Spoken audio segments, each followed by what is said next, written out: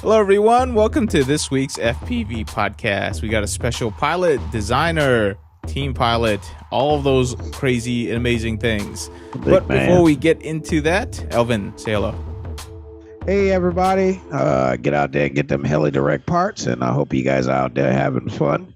Get out there and enjoy your time of the year. From everybody on FPV podcast and all our families, we'd like to say those in Texas going through the flood and stuff, please give if you can. If you can't, try to help out. That's what help somebody else help out. That's what we do in this here United States of America.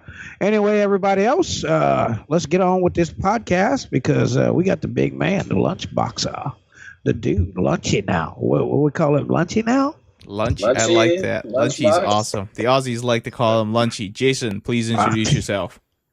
Hey, what's up, guys? How's it going? Thanks for having me. My name is Jason Mainella, or as most of you probably know me as Lunchbox FPV. Yeah. That is who I am in the community, I guess. It's my pilot name. I'm from Montreal, Canada.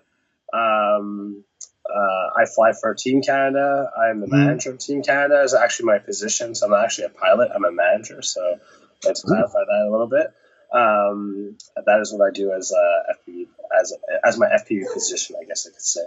Other than that, yeah, that's who I am, guys. That's who Lunchbox FPV is. I create my own products. I have a couple of T-shirts, 3D printed stuff that I create. I got a version 2 coming out of my Lunchbox that I think some of you have seen yourselves. That's coming out shortly. So I definitely have that coming out shortly. So that's Pretty cool. Yeah. And we'll definitely talk about your lunchbox and the tiny whoop thing. So that's definitely like cool. That's right. He showed it to me at I.O. and I was like, oh, that's so cool. I want one. I've been harassing him for months. Like, hey, man, when you going to make us one? Exactly. Right. It's going to come eventually, guys. I promise. It'll come. Yeah. That's what I keep telling everyone, right? Promises. All right, Lunchbox. We hear a lot of that, but no. Before we get into all of your crazy designs and your products, go ahead and tell us a little bit about your history. Like, how'd you, anything about your history and how you got into FPV? So to be honest with you, I would say as a young kid, I was really into RC a lot. I really wanted to get into planes. I really wanted to get into helicopters, but I'd say budget was always like a huge issue. So I ended up going with trucks. Like I had a lot of like derby trucks and like sand trucks I built with my dad and stuff like that. And obviously, the classic like Radio Shack, RC toys and stuff like that. Mm-hmm. I always wanted to get into helicopters and planes, but I'd say all the ones that I had were all those, like either on a cord helicopter type deal going on, or just like, gliders. Like I built balsa wood, like elastic gliders and stuff like that. So I'd say like as a child, I was really into stuff like that. Still have a couple of them. My dad keeps on display at home. Those like big balsa ones that we spent months building. That you'd spin like, I don't know, what is it, like 2,000 times to make it go across a football field or something. That's how you'd measure it. It was by the amount of spins, I think, would be in the instructions. If you did like 500, it would be X amount of yards. If you did like 1,000, it would be X amount of yards. Wow. So I remember starting kind of like in that when I was young. And then I'd say due to budget, trying to get into helicopters and planes, I never really got into them as much just because, as we all know, it costs a couple of $1,000s to get into it. So I'd say like RC stopped and I got really hardcore into gaming. I was like a big gamer for a long time. I played on gaming clans. And interesting story, I owned one of as a young kid, I actually owned a game server business. So I used to rent game servers. So if any of you remember Server Extreme from back in the day, there's like probably a commercial I could play. You might remember. That was like that was my business as a kid, and I used to rent servers to people because I thought that was like the coolest thing. Wow, that is pretty cool. That is crazy. I got like really hardcore into game servers, and I did that for a while, and then because of that, I got into programming and like server networking and all that type of stuff. And I was just that kid you would call if you had like a business. It was like, hey, my printer doesn't print anymore. Like I'd come over and help you fix it. I was just that kid growing up, like when I was like 11 or 12, like just that kid, random kid from the neighborhood that would just like fix all your networks. And then Mr. eventually IT. I got, yeah, Mr. IT, right? I would say was like my local description. And because of that, I got really into programming. So I was, I would say like, PHP programmer would be my language of choice. I did that. And because I was into servers, I did a lot of like correlation between servers and that. And I was into that for a long time. And then, actually, interesting enough, recently we might remember that Russia attacked southern Ukraine, and that was a big part of my business. To be honest with you, a lot of my what I would consider my family and my coworkers lived in Kharkov, and I used to live there 3 to 6 months out of the year. So I used to actually go there, and that's where my offices were. And I met my partner randomly online to work on some stuff, and we just I ended up opening an office in Montreal. He opened one in Kharkov, and we just kind of worked together. And I used to go live there to work on projects.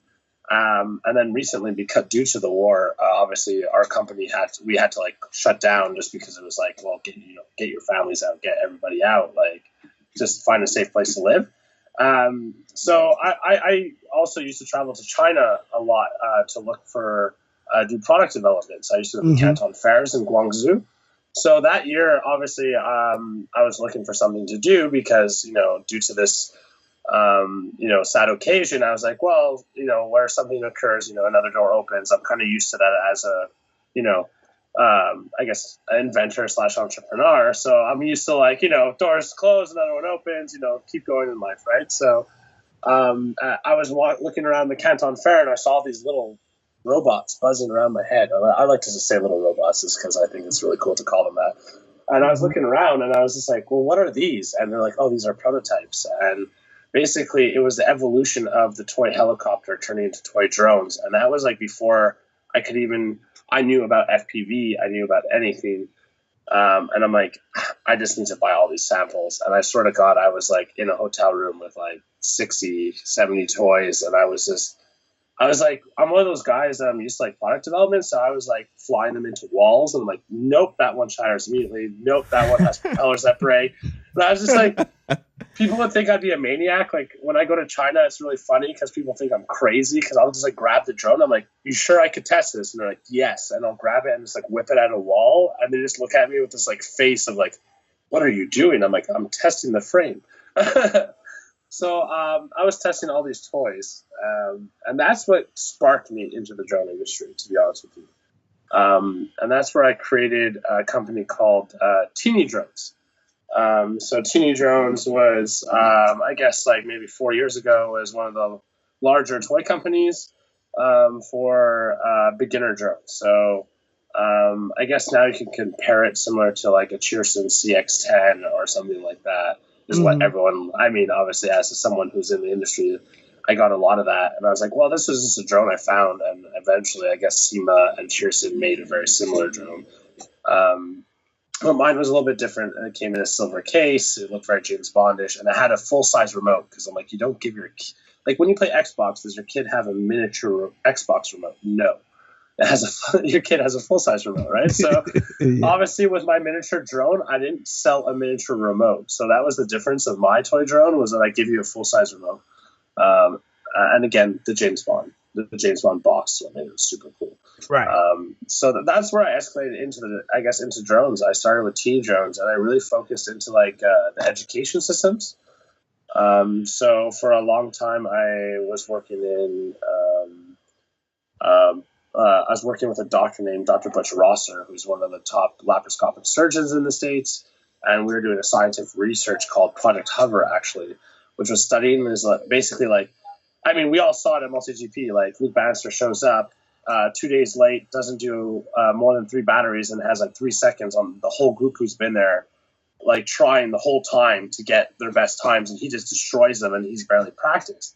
So why does that occur, right? So what Project Hover was actually a correlation between the gaming industry, drones, and the surgical industry. So laparoscopic surgery is when you go inside someone with a camera and you do surgery, right?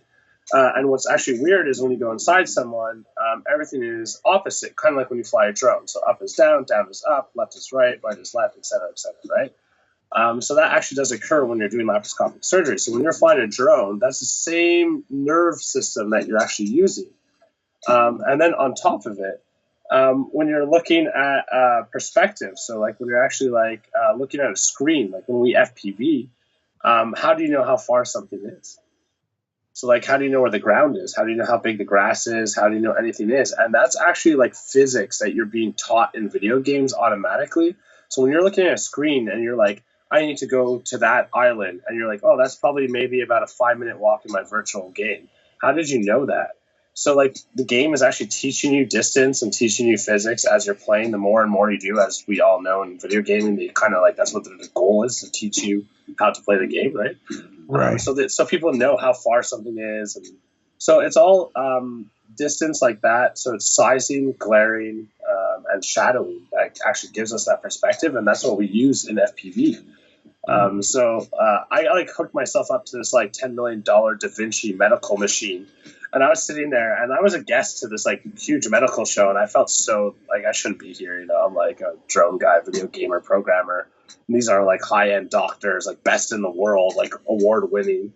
And I get on this like surgical machine, and I get 98%, and everyone's standing there, and they're like, "Hey, like, what university did you go to?" I'm like, video gaming and drones. Like I didn't know how to answer them. You know? None of the above. None of the above. Just because it does have the same correlation. Actually, Mhm. so what was we were trying to prove in our study? That like kids were actually better than most doctors at doing surgery. So when we put like high school students against doctors, we took 400 of the self-proclaimed master microsurgeons in the world against 400 high school students. And the high school students beat them 3 out of 5 exercises. Wow. Hey, goes to show So, the kids are gonna crush us.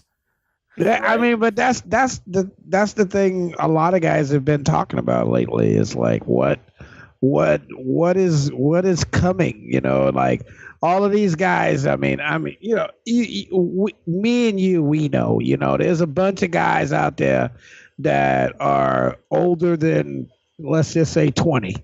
Yeah. And their career is shortly coming to an end, and it's going to be drastic because some 14 or 15-year-old kid is going to come out of nowhere and just push them out of the way.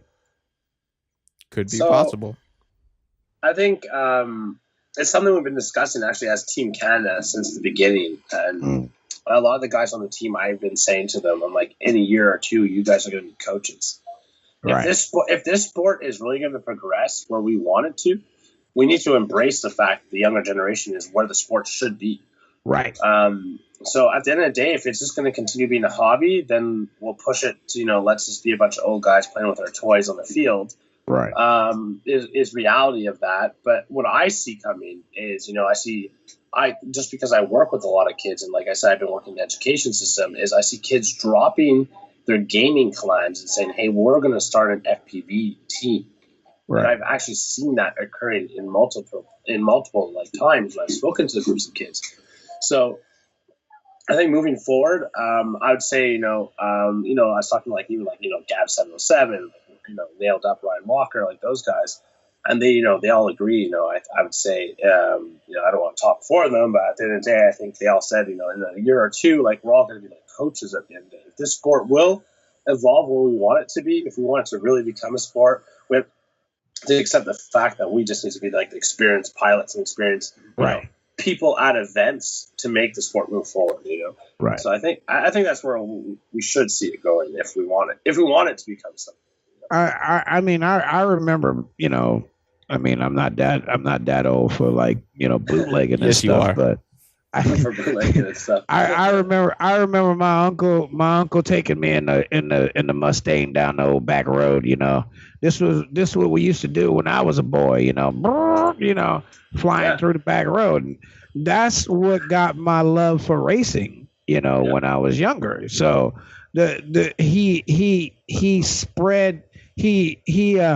he pushed me along. It was that first ride for free. First adrenaline rush. Yeah.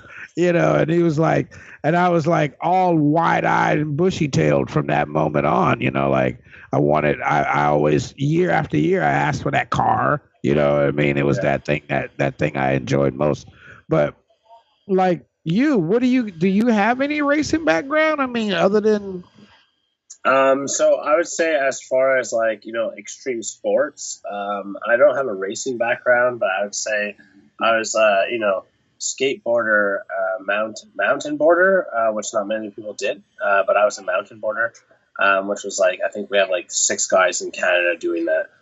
Which I don't know if you know what mountain boarding is, but it's basically a snowboard with air tires on it, with like trucks with shocks, and you go down the ski hill on it. Big tires. Yeah, so that's why I ride that electric one all the time, because I just like love. I get it, and snowboarding was a big thing for me. So that was more of my rush. I didn't have a big racing background myself.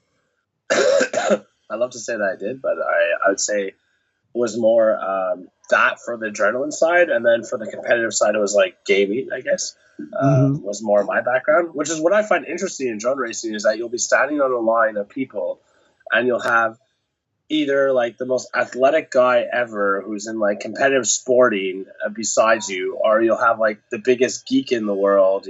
Let's like explain geek. I'm a geek, so geek who's just standing there, who's like a programmer and like computer guy, and he's also in drone racing too. And I find that's what's so interesting, and that's what makes it interesting for kids, is that you could be anybody and you could get into drone racing, and all of a sudden now you're in a group. So like even myself, like there's guys that I hang out with now, which I probably would never have hung out with unless it was for drone racing.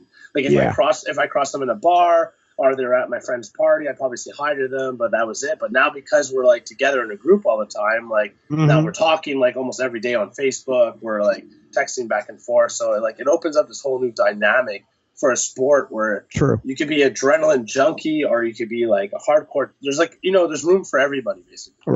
Which is what I like, That is true. And it's a great little community, and you should definitely join if you're thinking about joining.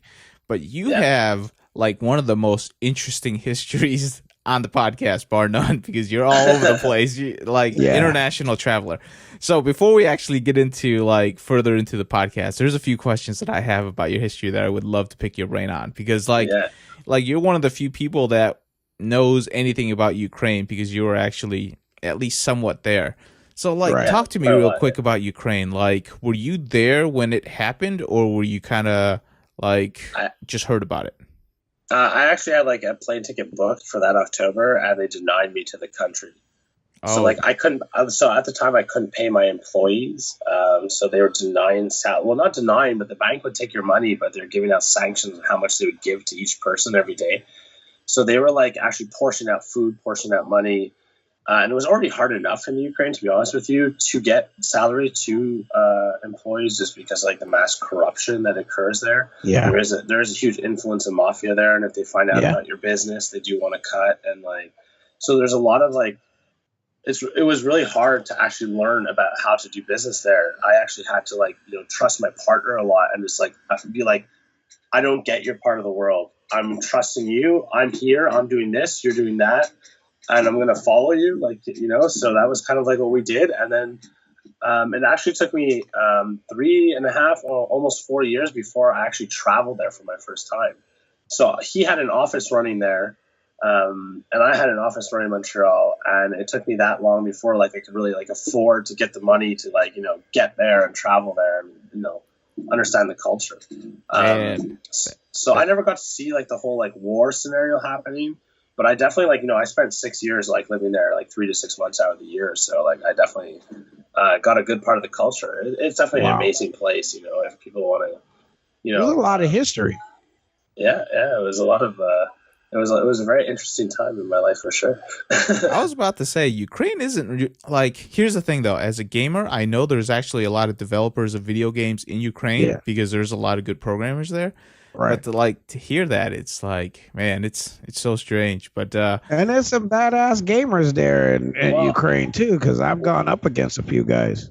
Well, what I was like basically trying to do, since you guys are gamers, I can explain to you guys will understand. So I was trying to build. I had servers running for the game servers, obviously. Mm-hmm. So I was trying to build where if you came to my website, you could buy a server and it would automatically set you up in that location. So if you said I want a Chicago server with 12 slots. It'll automatically set you up there, which was eventually what was TC Admin eventually.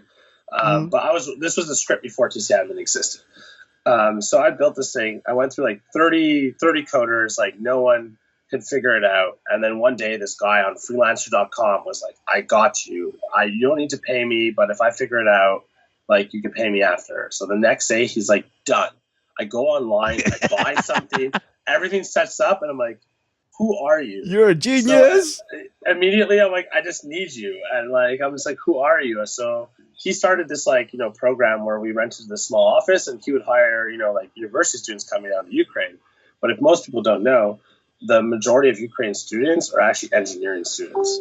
That's what they push there in their education. Like they're just like a mass development of engineering, which is why they have this like history of like engineering in the war and like why they developed, submarines and tanks and guns and all that for that. It's just because they've been for all their years, they've been driven. So like most guys, like you'll like walk into a McDonald's there and like the person serving you has like a engineering degree in like laser technology, and you're just like, why are you working here? They're like, all right, the benefits are good here, so. Right.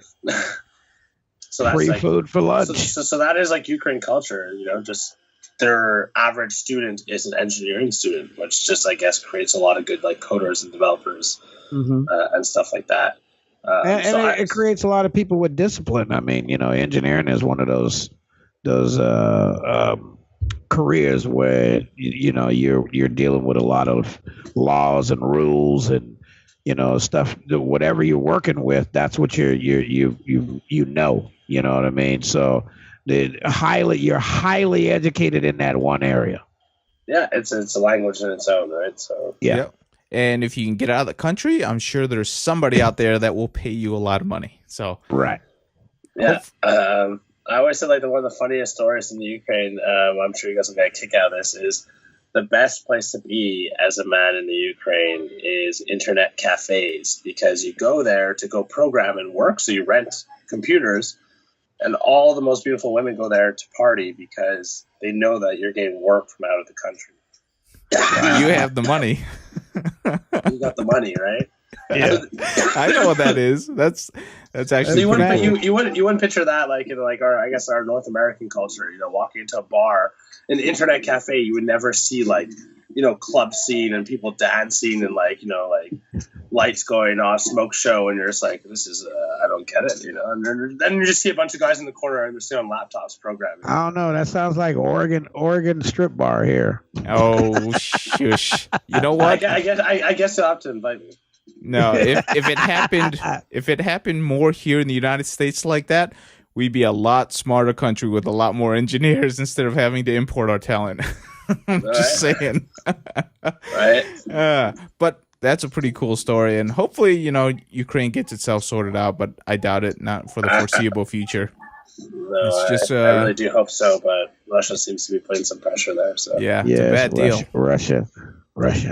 But then you decided to transition into teeny drones. Do you still have that as a company, or have you given that up? It is still existent as an education program right now. It's like a STEM education program, actually.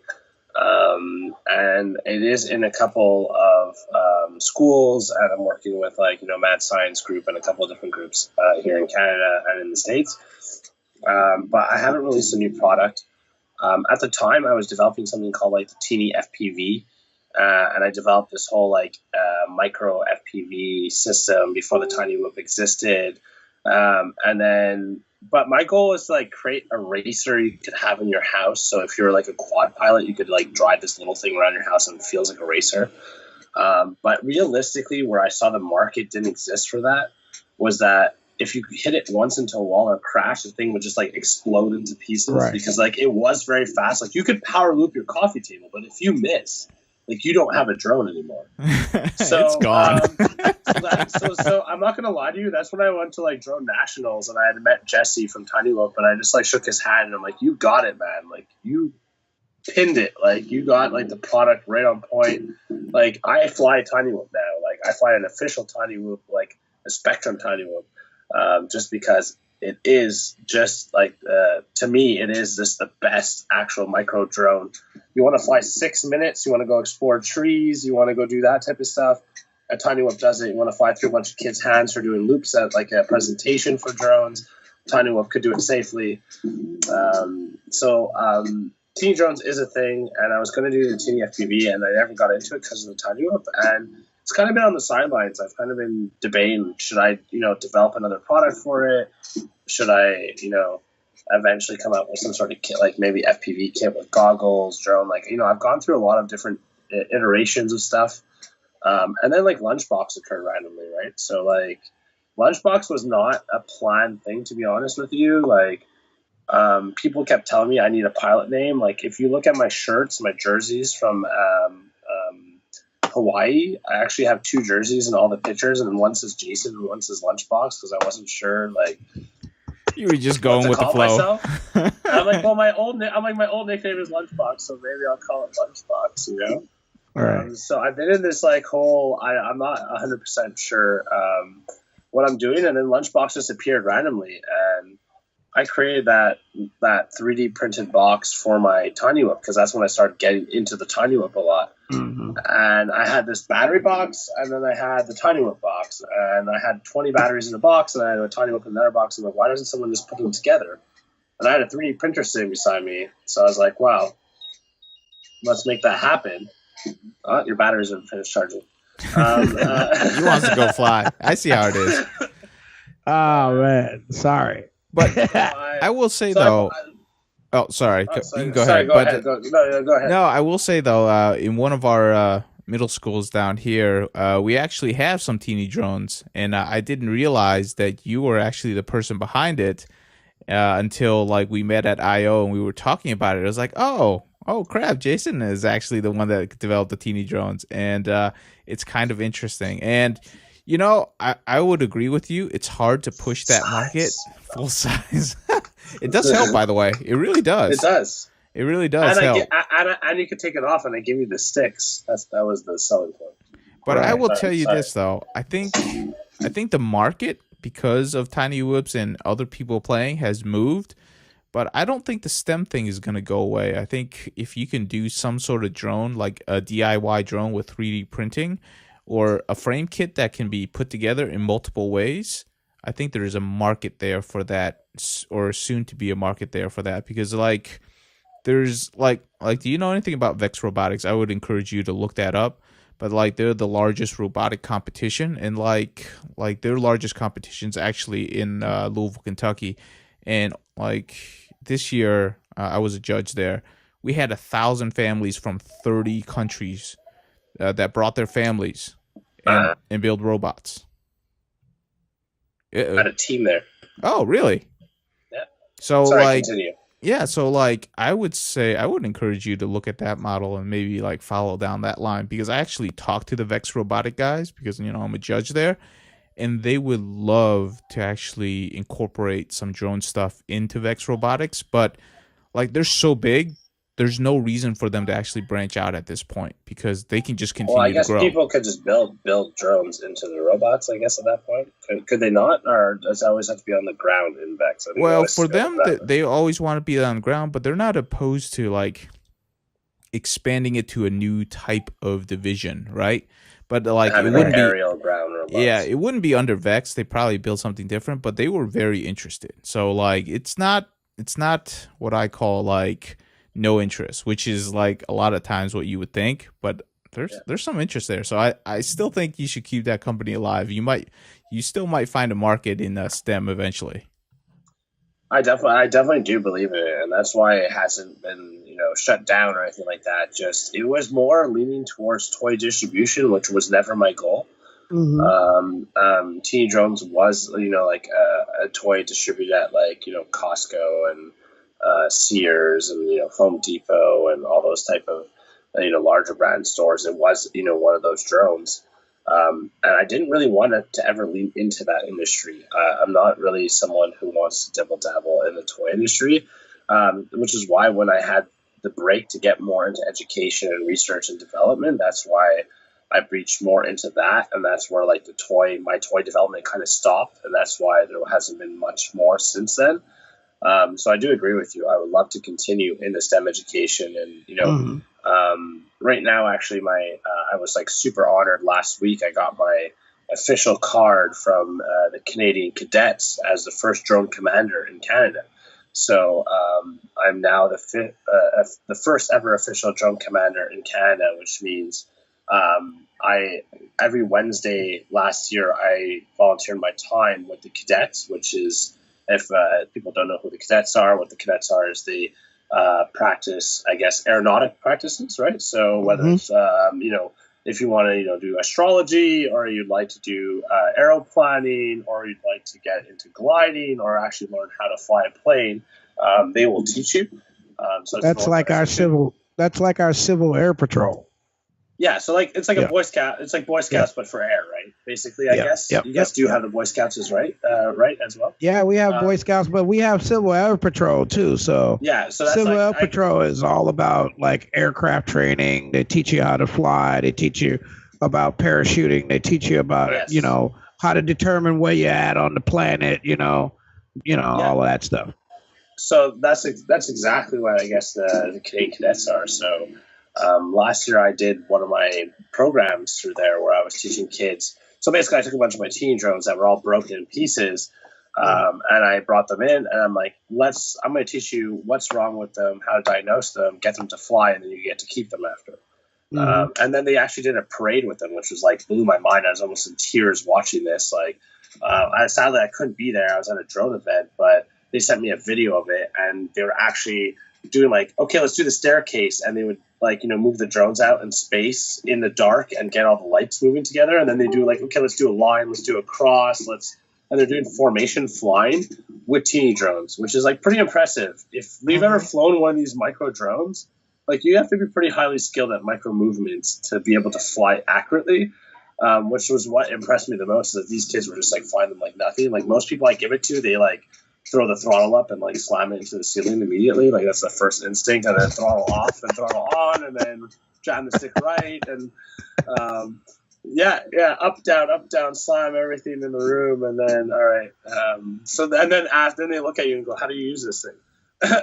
After you broke it. Exactly. After it stopped turning and it's smoking on the floor. So how do you? Right. You just shake your head. It's next one you're gonna buy before I let you have it. That's pretty cool, though. That I would say congrats to that, because what you're really doing there, just going back to what you said before into coaching, is you're building your resume, because every one of those little things, it's other people aren't going to have it. It's they can say, "Oh, I won blah blah blah in multi GP," but at the end of the day, what does that mean, right? But if you say you have this, it's hey, I've already coached. I've already volunteered. I'm part of the community. I've got way more credentials for you to want to, use me as a coach, hire me as a coach, or let me build a curriculum, whatnot. So kudos to you on that. Thank you very much. I mean, I think we all picture one day that we could be standing in a football stadium type of arena and actually having a team of drone racers racing. To me, that's where drone racing is the future, team racing, rally racing, stuff like that. And again, the pit stops going and all that type of stuff. So for sure, I would love to see that, moving forward. And I think I would say as Team Canada, we're pushing for that. We'd love to see everyone evolve into that type of racing for drone racing in the future. Q. All right, let's talk a little bit about China before we get into your design stuff. So when you're over in China and you were looking at these toys, was your experience kind of like mine, in which it's kind of you go to this area and all the vendors are set up and you basically look at everything, and then you're able to pick and choose maybe what you want to buy in bulk, and then you hope you bought the right thing and it actually sells? Was that kind of your experience? So because I had traveled previously due to my web programming business where I did product development, I've actually I learned Chinese business a little bit. So by going to the shows, I always learn take an extra 2 weeks after the show and then go visit who you meet. So when you get all these catalogs, mark them with the ones that you think are really important, then go actually shake hands and have dinner with the owner and do that type of stuff. So that was the experience that I had going into it. So that kind of kept me away from those sketchy, developers where you just like, this is my product, and you think that's what you're getting. You use it at the fair. They give you a demo. They send you stuff. You order 10. They all work perfectly. Then you order 1,000, and like none of them work, and they're in the wrong packaging, and like the language is wrong, and they came in the wrong color. I don't know, whatever it may be. That is a horror story that can occur, and has occurred to me. I can tell you that. So Yeah. I would say definitely very similar to what you said. Yes, you do go to a show, and you're just like, this is what I want, and I hope that's what I get when I order 1,000 of it. Hey, I heard that one of the motor fads, the colors, the multiple motor color fads today was a mistake. That somebody called up and said, or left a message saying, we want different color motors, right? And they gave the colors they wanted. And so it was supposed to be, the motor was supposed to be blue. This motor was supposed to, yeah. And what happened was some guy had figured out how to do it all, right, all at one time. So they just start throwing stuff in the vat and did the whole lot. And they had to take them that way. That's how we got all those colorful motors. I wouldn't doubt that for a second, to be honest. That's crazy, but that's a fact now. With my experience being there, I wouldn't doubt that for a second. It's just, it's definitely a different culture out there, and it's a different. When quality control is brought up, I would say, being a programmer over there and dealing with a lot of electronic stuff when I first started over there, it was like they would give me something that would be like, this is how it works, and like if you actually press the buttons on how they tell you how it works and you read the instructions, it works perfectly. The second you press a button that you weren't supposed to, though, that's why they install that pin size. That's why they install that pin size reset button that you have to use a needle pin to reset the whole computer. All electronics in our past had that, right? I don't know if you guys remember that, but everything had this little reset button that you had to use this insanely small object to get to. And that was because of that. Because if you didn't follow the instructions, you didn't get to the right function. So it's your fault as a user because you didn't follow the instructions. Not because so on an iPhone, you can hit 1,000 things and the thing will never break. It'll just bring you, I don't know, an open Windows, right? But that I'd say would be the design difference in culture. I think one of the funniest experiences I had with drone design there was, I won't name the company, but someone had given me a drone while I was there. And like, can you test this for us? So I did some underground drone racing, and it ended up all over the news there. And I was doing this underground drone racing, and I did 2 laps in a circle. And the drone just one motor, the thing just burst on fire. And I've never seen something burst on fire like that. I've flown a lot of drones that burst on fire. I've built a lot of weird stuff, and I've seen stuff catch on fire in my day. And this thing just exploded, the bell just pow, and whoa, all over the place. Oh, you okay? Oh, good. We lost him. Are we back? Are we okay? Yeah, we're back. So you were at the point we lost you when you said the thing caught on fire, and then continue. So the bell exploded, and they were just so I sent the video to the guy because I had my friend filming. So he looks at it, he goes, let me send it to my engineer. And the engineer writes me this very sincere message, explaining to me why the motor caught on fire. He goes, well, it's obvious why the back right motor caught on fire. He says, in the video, your drone just only turned left.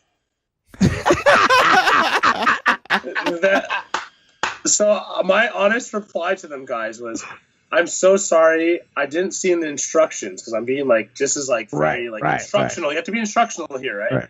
So I'm so sorry. I didn't see in the instructions that every time I turned left 5 times, you had to go right twice. And that was my final response to that conversation.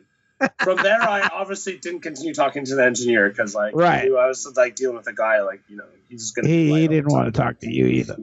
No. I mean, at the end of the day, the real problem was the motor was an 1806 on a 250 frame. So I mean, it's gonna blow. It's gonna blow up. It's too heavy. That's reality, But no. I turned left too many times. The track was round, so no NASCAR for these drones, guys. No NASCAR. No NASCAR for those. No NASCAR for those. You got to double back twice. You got to double back twice at least. Every 5 left turns, go right twice. Yeah, if not, your motor is a fireworks.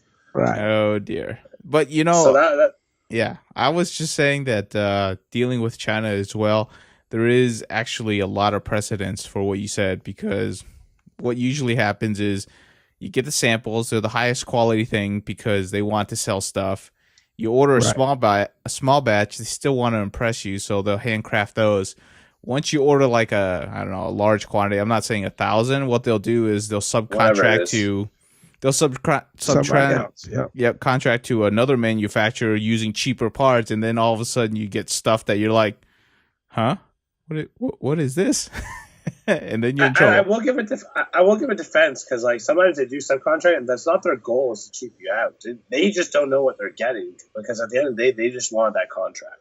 Right. So they're when you hired them, there are 3 people working in a shop. So when you said I want 100, they're just like, whoa, like that's going to be like a couple of months, like we can't do that. So they do subcontract it. I could say in a lot of cases though, they didn't mean to do it. So they're like a lot of times they do offer to fix it, but the problem is in like business, like in reputation, and it costs you money. Well, it's not just the money. It's the fact that if you put out like a subpar product in North America, I'd say, or in the European market, like you're going to just get like destroyed on the internet, and your reputation's gone, and then you can no longer sell. So even if you come back with a better product, no one wants it. Right. So like with teeny drones, I could say I was like a hardcore like. When I first started that company, like I was opening every box. I was flying every drone. If it didn't work, I was taking it apart, put it aside, take another one. Like I made sure like I had this like almost zero return rate. I mean, I was dealing with companies like Costco where like you could like sneeze on a drone, return it, and be like it doesn't work, and they'd take it back. So, so I knew that. So when they would send me 1,000 drones, like I flew those. Wow, that's a lot of QA right there. Oh, there was a lot of them, and trust me, my wife my fiance is a very patient woman. Trust me. Oh my gosh! Hey, Elvin, and she can fly. Hey, Elvin, I'm gonna send you 1,000 drones. Go hover test them. You can't fly them. You can only hover test them. Around the living room, because I was one of those guys that I'm like, I'm not just gonna hover test it. Like the teeny drone had the flip function, it had everything, right? 2 speeds, flip function. So you have to test all the functions. So every drone is out of the box and then flip and then change speed and then rotate around the room. And it was a long Christmas, I could say. Wow. My gosh. Hey, you know what? Any of you guys dedication. Yeah, any of you guys thinking about building your own products and packaging up from China and think it's easy? Here you go. Here's Jason telling you, man, I thought I had it hard. It ain't easy because you got to be there. If you really want to do it, be there every step of the way. Watch everything get made. Don't make the mistakes of, I'm not going to say just China, just anywhere in the world. If you're working with people very far away, you could trust them. I worked 4 years with someone before I actually met them and ran a very successful business for a while. So I'm not going to say don't trust people through the internet, but if you're developing a product, make sure you're actually watching it be made before you actually ship it out, because it always sucks when you receive something in the mail and you don't get what you expected, right? So don't be that person. Don't be that person. Don't be that person. We make chokes. My family makes chokes. Like my dad and my mom, my stepmom, they sit down, and like we grew up as me and my brother grew up as kids. We would roll chokes for my dad because they were like fixes for noise suppressors and stuff like that. So my dad had these 2 jigs. That's all we did was after school we'd sit down and we'd roll out, some couple of transformers, one of these and one of those, one of these and one of those, and we got pretty good to do about 100. But man, 1,000 to do 1,000 units of something is a pain in the ass. I can tell you that. That's a lot of QA. and before I even did the QA, I was actually buying the boards, the motors, the propellers, everything separately, and I was actually boxing them in just regular, like, no-name boxes here in Canada and putting my sticker on them. So I was selling them that way to get, like, enough clients to figure out, like, what's wrong with this drone? What don't people like? Like, what's so... Eventually, I was able to evolve the product to a point to be able to bring it to production. You know what I mean? So I did take it slow. I'd say it took about like 3 to 4 months of selling at flea markets and like hustling at like little places just to get it out.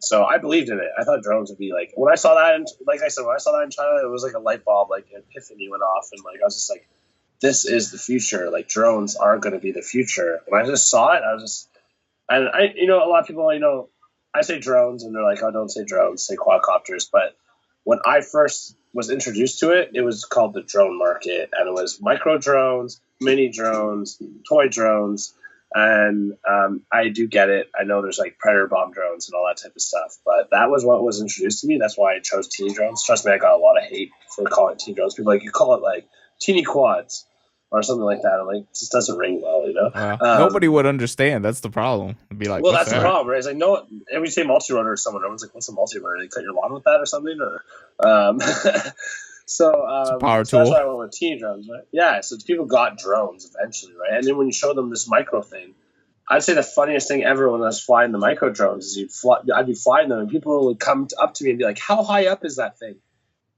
Because like it's a little drone, right? It's super small. Mm-hmm. So they would think it was this massive drone, like 1,000 feet in the air, but it was just this little drone, like 30 feet above our head. And they're like, "Who's controlling that?" It's because I'd be standing there with it, like underneath the table, and I'd be flying it, and I'd be hovering around their heads, and then I'd shoot it up, right? Like they're pretty fast, those little guys. So when you rock it up, it go up like 50 feet really quick. So the thing would disappear in this little dot, and everyone would be like, "What is that? How big is it?" That is funny. Well, hopefully, I don't know. Yeah, the problem is like the drone buying market. Unless you're like DJI at this point, it's really hard to get the I don't know, the purchasing power or the willingness from consumers to buy, because like I don't know why. Okay, I do know why. I mean, Phantoms actually, DJI products are actually really easy to fly and they're fairly reliable. But like. Sucks, man. I'm telling you, I hate that though. I mean, this is one of those things that like I was just talking to a dude today. Uh-oh. 5 years ago, me and him set out on a project to get multi-weed to lock and hold GPS position, right? Yeah. And me and him was so close. He was so close. Like we got it, and I got it to program, and it was able to hold position. All we could get, we got a 2 meter drift. That's the minimum we got, right? And we could get it to hold a 2 meter position, but we couldn't get it like the Mavic. I mean, it just like, have you seen some of the Eclipse footage of the Mavic Pro sitting, at 1,000 feet, holding position perfectly? Which 1,000 videos of 1,000 video did you watch? I mean, there's so many of them, which are all awesome, right? Right. But I'm just saying, so wild, right? Like I've seen, put it up and take the Eclipse video, which is why it's so cool. Right? Yeah, I mean, like you could put it up, take Eclipse videos, and take pictures. Yeah, that's the stuff that blew me away. There was a guy flying one where we was doing the Eclipse, and that's why if you see the footage of me trying to fly toward the Eclipse, I had to stay out of a certain area. You know what I mean? Because I was told that guy was in that area, and I had to stay out of it. He had paid to fly over that certain area. That's what happened. But it's just blows me away that DJI has come so far, even though I think they've done it right. I mean, they started off just producing a product that worked and worked out the bugs, over time, and they just kept going over it until they finally got the processor that they needed. I mean, that's really what the biggest deal is the GPS is faster, the processor is faster, and the software or the firmware is a lot less buggy. Definitely. But do you know the background of the owner of actually DJI? I know some of the DJI noise, but I don't know it all. I don't know the DJI guys, so it's actually a little bit interesting. So Mr. Wang is the owner, and he actually developed. He used to develop rescue helicopters. So if people got lost in the mountains or stuff like that, it was literally like old school VHS RC gas powered helicopters that would go up and film areas to try and look for like signal fires or some sort of sign of a survivor or a crash or whatever it may be. So I guess if a plane hit a mountain, they send that up because obviously it's a lot easier to send that up than a plane in a storm or whatever it may be. So he came from that background, and the first time I actually went to go meet DJI, I had a Phantom. Me and my buddy had a Phantom 2. We had split it, and we used to love flying it. And in Canada, we used to fly it over a frozen lake in the winters. When we first got it, it was in winter, so we used to go to this lake and we'd freeze our asses off, but we'd sit there and we'd fly this drone with the GoPro on the bottom, right? Because the Phantom 2 was still the GoPro version. Right. And you just fly across a lake. And we were just amazed that you could get an RC vehicle in a blizzard, like pretty much across a frozen lake and like so high up, and it would come back. And just watching this thing fly, like, just blew our brains out, just like, I will say they are impressive machines, just like how well calibrated they are, how well they can hover. Like you said, even the Spark to this day is considered like, what is it, like a selfie drone almost? You can have it hover in your house and take a picture of you. Right. So that's like how stable these machines are getting, right? So they are relentless in improvements. The only thing I will say is don't buy the version 1 of any new product from DJI for a few months. That's the only thing I will say. My Phantom 1 sucks. But don't do that. See, I'm the type of guy where I'm like, I'm going to have like the version of Windows that's out before Windows comes out, the version of Mac that comes out before the next one comes out. I'm that guy. I'm just that guy too. I'm like, hey, you guys figure it out. Yeah, but these things jump out of the air when you guys are done, like hitting each other and falling over in circles, right? And everything's at peace. Like, I'll try it too, So like, I think with like software development, it's always that, right? Like, it is. You develop a drone, you're gonna put it out. I mean, look what happened with the GoPro drone. I mean, they were just having random rolls of death in the sky. So, and then they just like took the product off the shelf completely and said like, we're not doing this anymore. Sorry. Yeah, this we're not good for this. Yeah, we're not good. We sorry, we did bad. So I think like in software development and in tech development, like I would always consult people. Well, actually, I shouldn't consult people because we do need those who will buy it first so they can test it for us. So please, guys, buy your DJIs, crash them as much as you can, send the reports back to DJI, and then I'll buy it 3 months later. Thank you. My favorite is the guy that ran into the garage door. It's still the garage door. The Inspire. Yeah. The Inspire right into the garage door. That was beautiful. That's painful looking. I saw the Mavic over the boat one too. That one's really good. Oh man. Where he just takes off and hits the cable on the sailboat immediately. It's just like everyone's standing around so excited. It's just like, what? And then just like immediately in the water, full throttle, because it's trying to correct itself, right? So it goes full throttle. Since we're sharing favorite crash videos, my favorite one was they were taking off from the bridge because they were filming the bridge, and as soon as he powered up to go, one of the propellers flew off because it wasn't locked down, and it flew right into the river. I was like, oh man. And everybody was just watching going, now what do we do? Propeller locks, man. You gotta be careful of those. That was the perfect shot, man. You got it. Yeah, you got it. I think one of the funniest experience ever was one of my buddies from Ireland. Just randomly one night we were having a beer and we were talking, and we're talking about like failure drone videos, and he's like, I have a story for you. So I'm sure we've all seen this video where you just see this DJI filming like it's a bridal party, and he's filming it, and it just like full throttle backs up into a tree, hits all the branches, and then just like obliterates itself into the ground.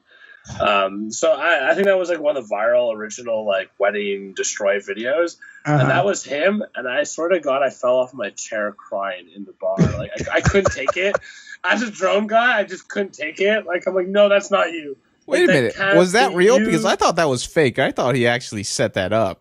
Oh no, he was like he had like his DJI like right in front of them while they're doing the whole ring thing and kiss the groom and bride, and then he was reversing.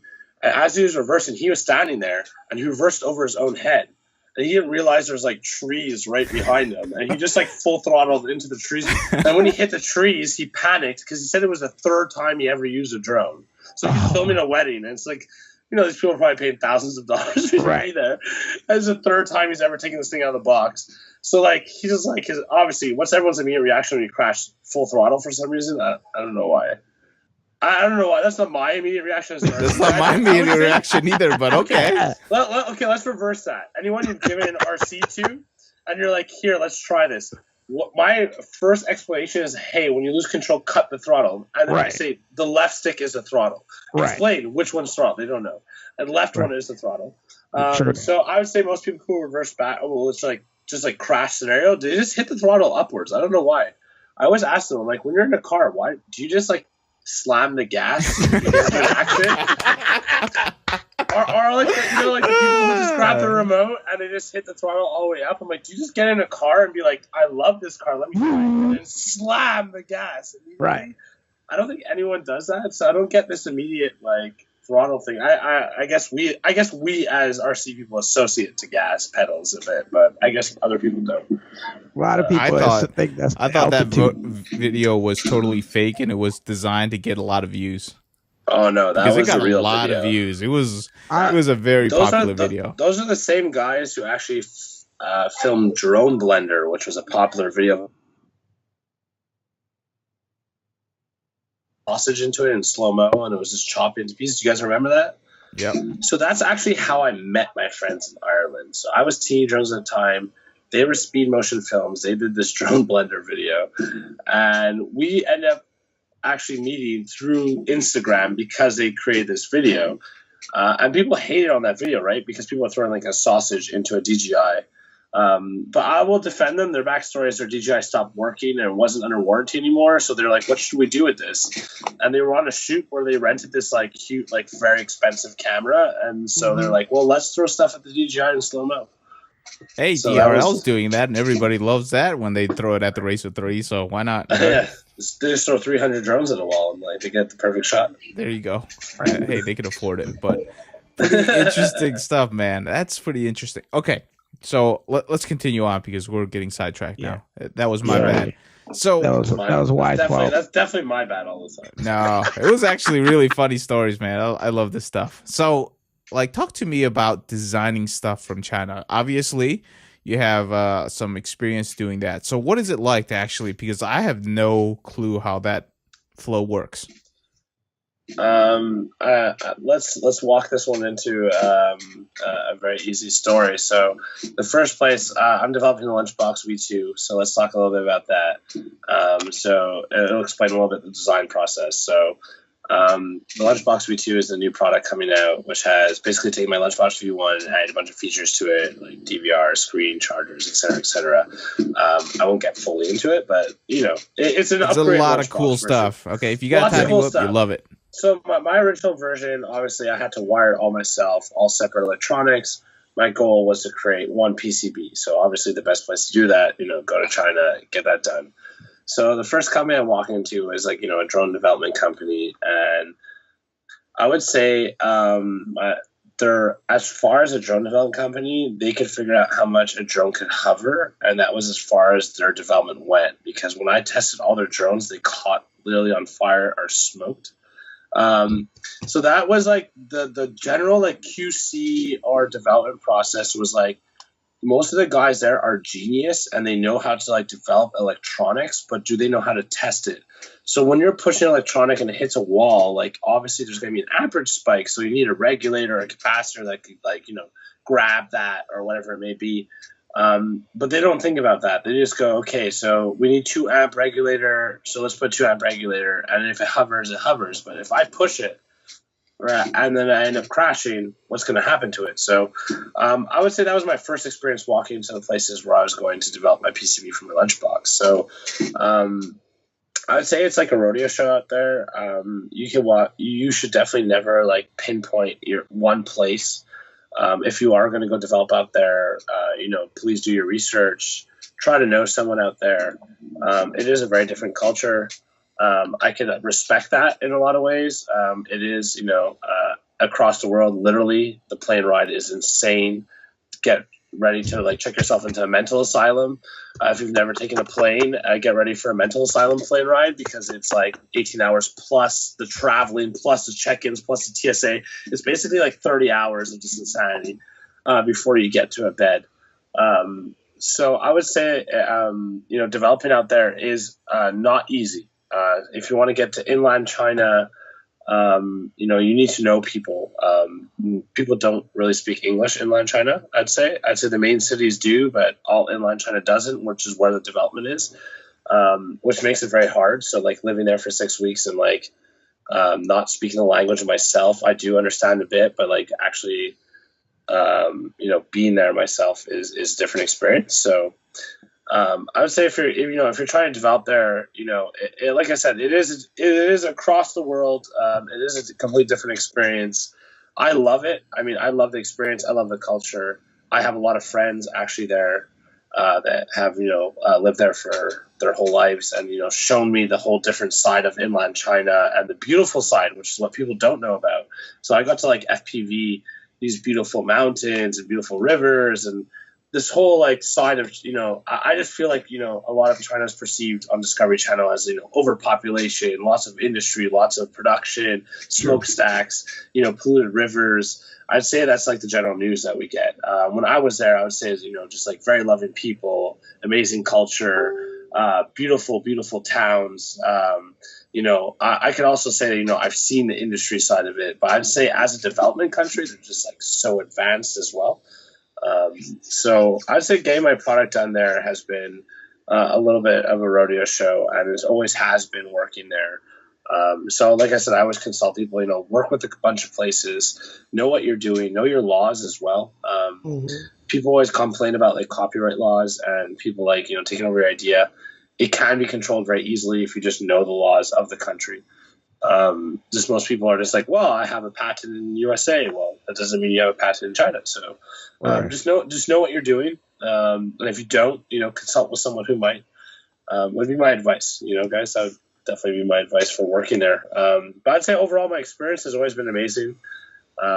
Always a little bit of like, bumpy roads a little bit along the way, but that's always part of traveling, right? Like it's right. It's very true. And I can speak to some of that too, because I think your greatest advice that you give that you must do is you have to know somebody over there and somebody to help you translate, because China's definitely a culture of it's who you know that's going to help you the most, because they're still very, they're very family orientated, and they also want to work with you. It's like the mafia.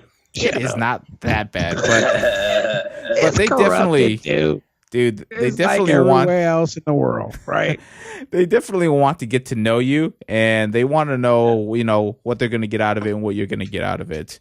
And I will say this though, like if you travel like 10 miles outside of a city, it gets real quick. And I have like, I could definitely go on with some stories where I just ended up in situations where I bet you've been at. You just see these like communist hammers like everywhere, and you're just like, where am I? And the people are just like, this town definitely deserves, like bodyguards, and like that's like a reality in certain towns there. So, like I said, there are places, where you could go where it's, insanely beautiful, and like the cities, the development. What I can say about China the most, and what blows my mind, is every year you go, the cityscape changes, which is wild. I can look at my own city in Montreal, and it's like we're like a little village to them, and it hasn't changed in like, you can look at like pictures over 100 years, and like the skyscrapers are almost the same. But like in Shenzhen and Guangzhou and all these major cities, like every year that actually evolves and changes, which blew my mind. Is when you go there, you take. They put up a new building almost every year, right? Well, they build like a city of like the size of Chicago, like every 8 months or something. So like it's wild how fast they develop out there. And even I could say on like, the chemical side and the environmental side. So like solar power, wind power, like all along the highways, that's all you see. So I would say there is a huge move compared to when I first started going there when I was like 18 years old to now. So the first time I ever traveled to China, I was 18, and compared to now, we're like, it's so evolved as far as that goes. So I could definitely give kudos to them for that. I don't I don't want to like hate on like the industry there, because we technically everything we fly is from there pretty much. So.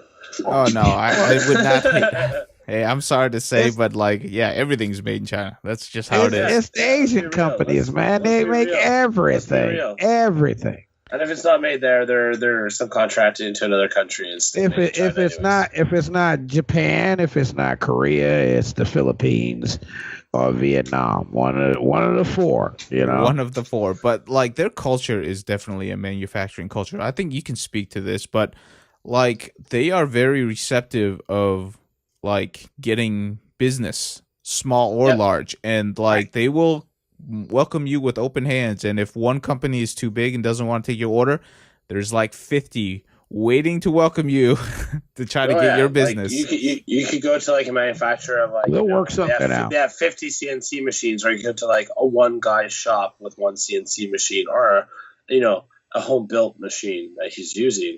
So like they definitely have the industry there. If you need to get something developed, at a cost, they can help you.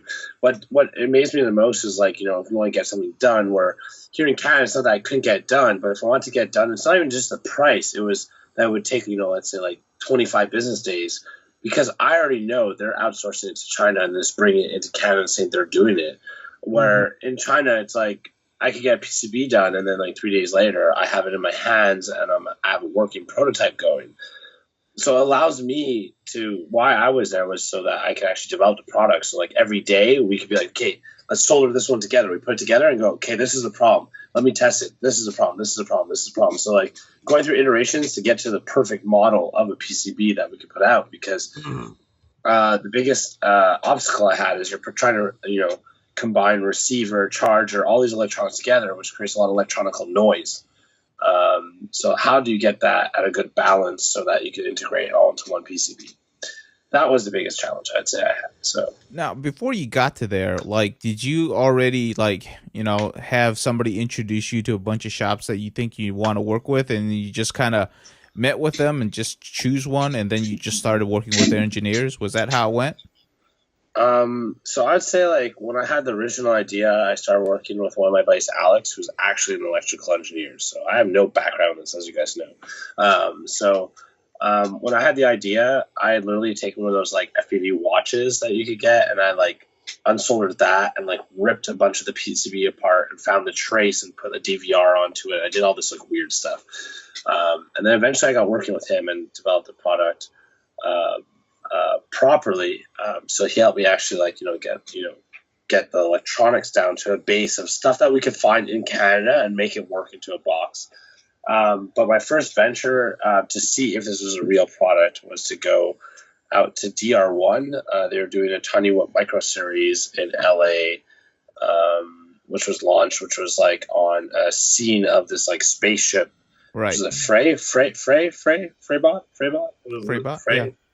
Yeah, Freybot, that's it. So it was the Freybot, the old Freybot scene. So they built a racetrack inside of this spaceship.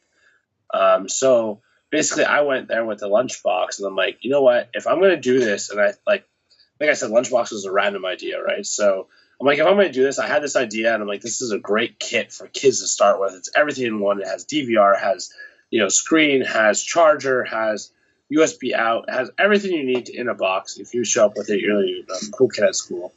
So I'm like, if I think this is the cool kid at school toy, let me bring it to all the cool the cool kids.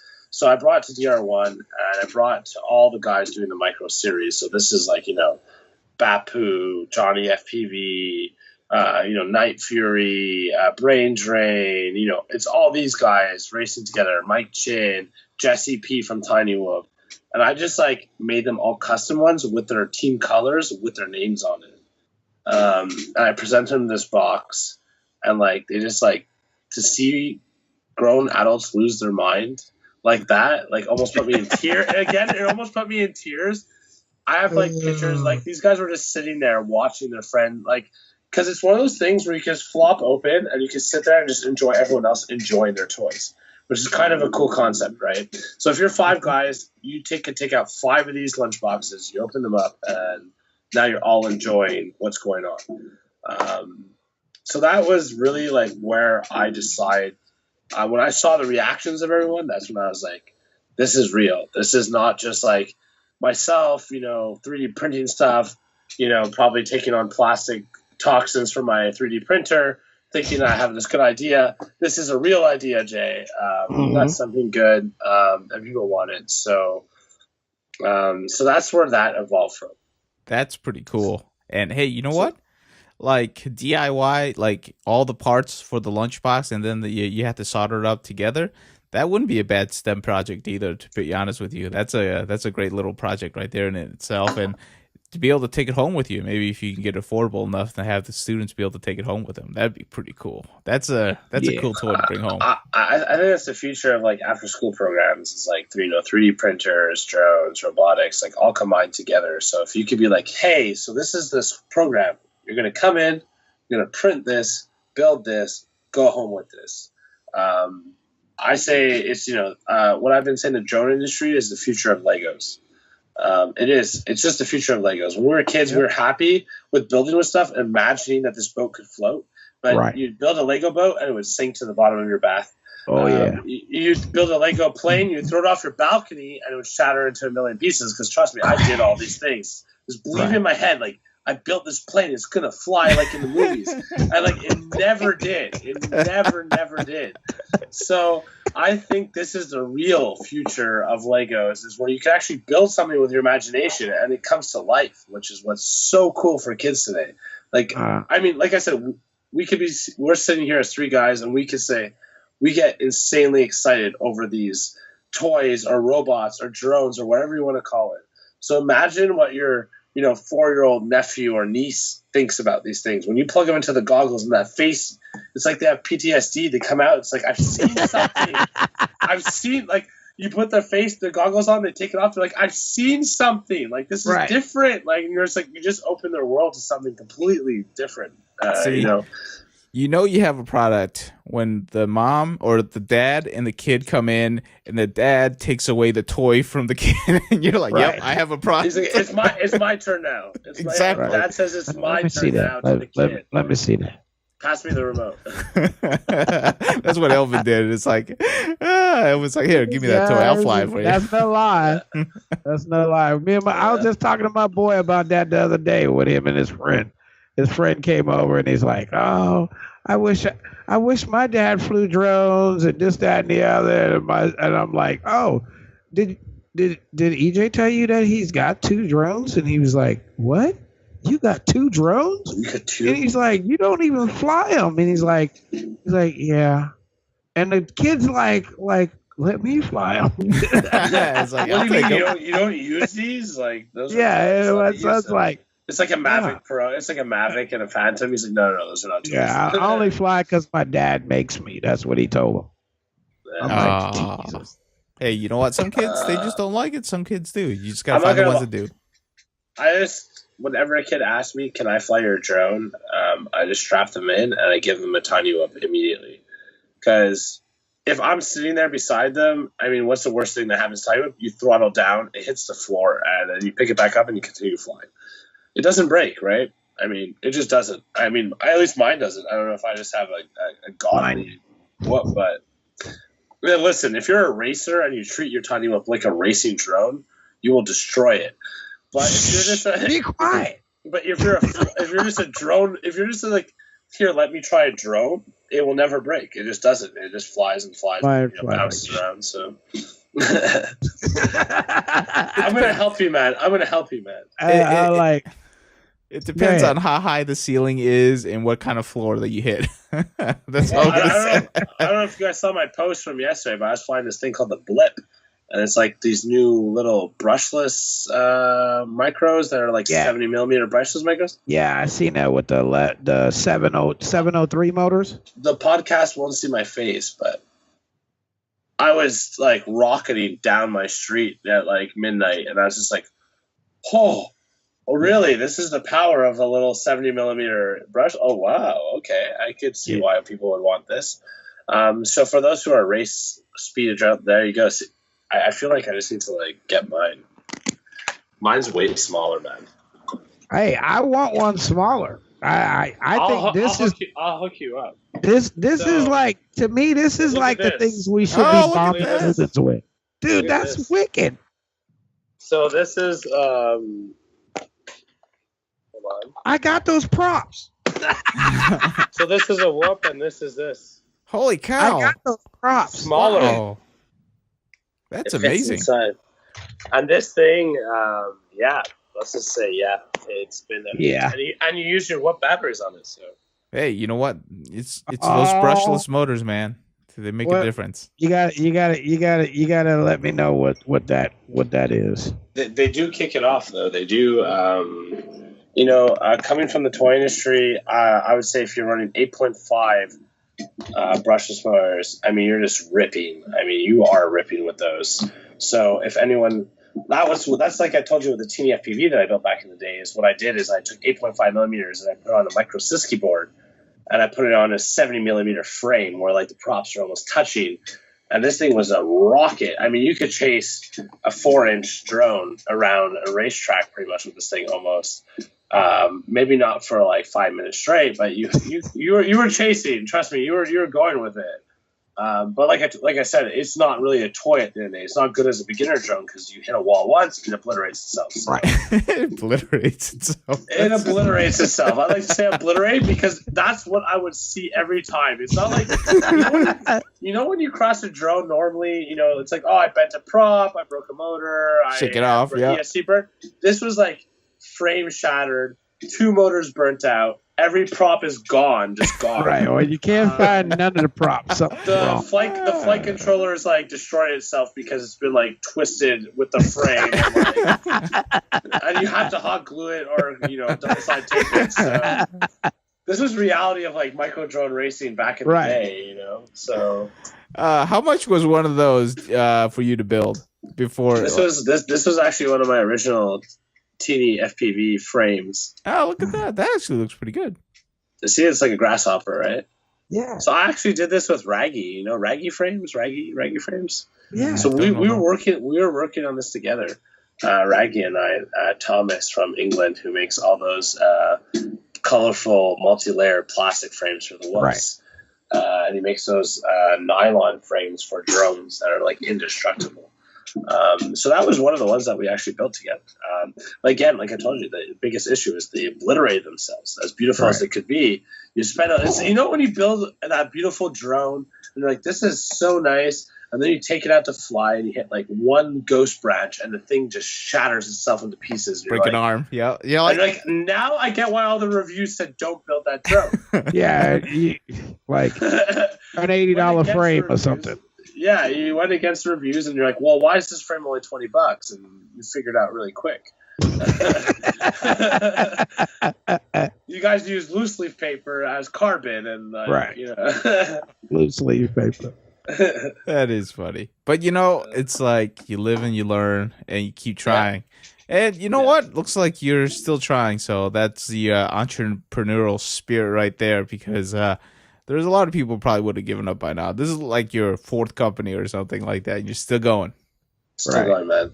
Just loving what I do every day. I always push that. Just love what you do every day, guys. Like, it's not worth it to work a job you don't like. So you might as well live comfortably in your own position and do what you love every day. So, like I said, for myself, I hustled for a while, and it got me to a certain point, and now I get to enjoy a little bit more. So. But I could tell a lot of people I work very hard to be where I am right now in the drone community, I'd say.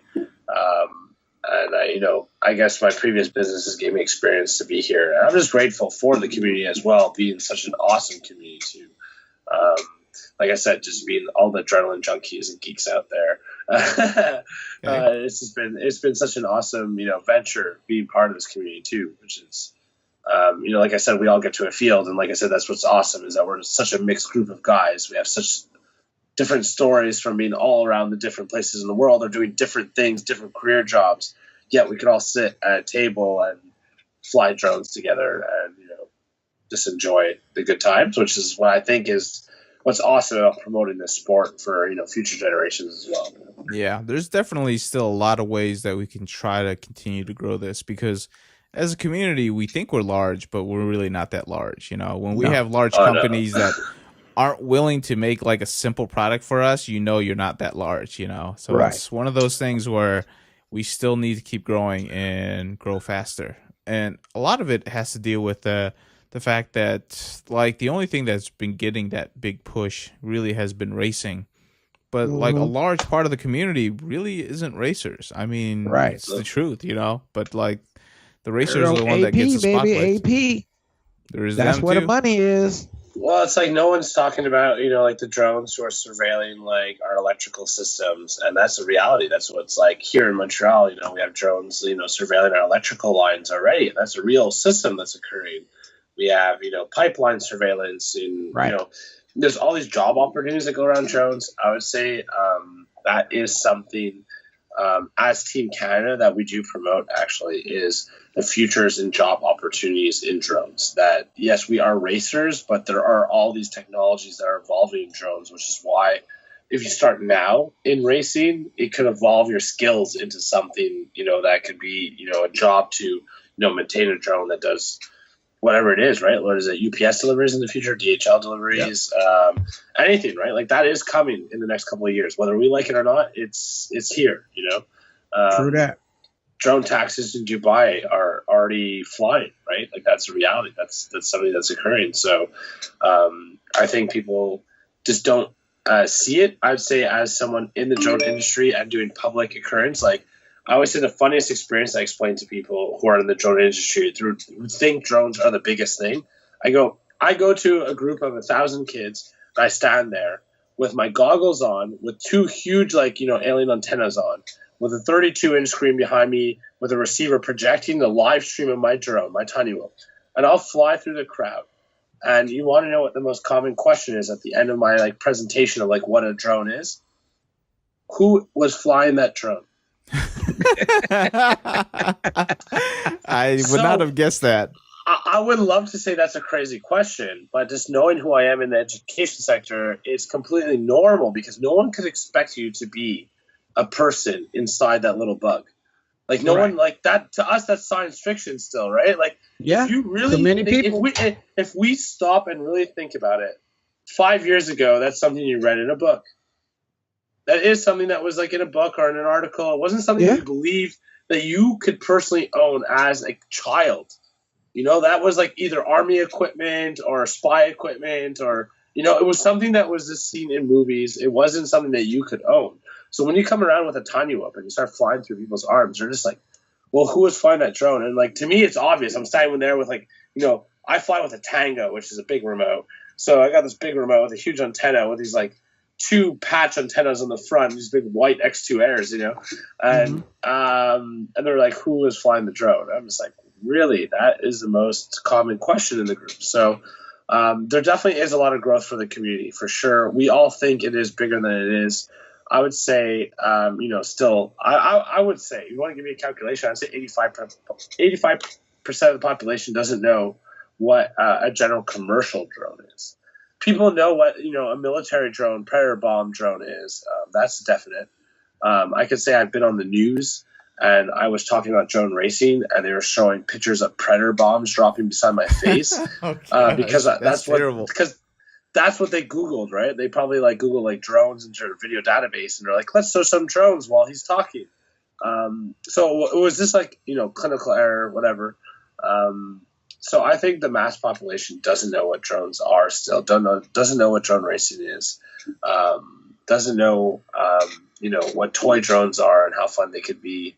I'd say the mass population, when they see a toy drone flying in a park, they go, oh, that's a toy helicopter. Yeah. You know what? Quick tangent on that. If you ever get invited to do a news story, and I've learned this the hard way, FPV the area with an HD camera ahead of time and give that to them in advance. It will help out so much for the news story because they will understand what it means, and then they have HD footage that they can use that's relevant. That is good advice because just like we were talking about, they don't really get what it is, right? I mean, you don't want to be talking about drone racing and then you see like predator bombs hitting a country beside your face like that. I you know what? I feel like I'm gonna pull that back up soon. I do have the footage of that, so that is amazing. because I'm there. Like, this is our first year in Canada with like a big drone racing event. I'm all excited. I'm talking, live with like Canadian news, and then you see like, and this is Jason with the drone racing community, Montreal Drone Expo, and these bombs, boom, boom, boom, beside my face, and my reaction, because I didn't see it, right? So I'm just talking. I'm all happy. I look like a crazy person because I'm all happy. I'm like, drones are the future, and then it's like bomb, bomb, bomb. Here's your commander cadets. Yeah, there you go. So, man, I feel like now that might be the right time to make a wild video with that. So That's messed up. Definitely save that for a clip of history because that is actually really funny. But you know what? Like, let's talk a little bit about Team Canada before like we try to wrap up because you're fun to talk to, man. You got a lot of cool stories. Like Team Canada, like you guys are doing some really cool stuff. And as the team manager, like, well, number one, what does the team manager do for Team Canada? So I would say as my position, I basically like try to find all the sponsorships for the team, which allow us to travel. Every Monday we actually have a team meeting. So every Monday we speak. We have like a captain of the team. We're a nonprofit board of directors actually. So we have different positions in our team.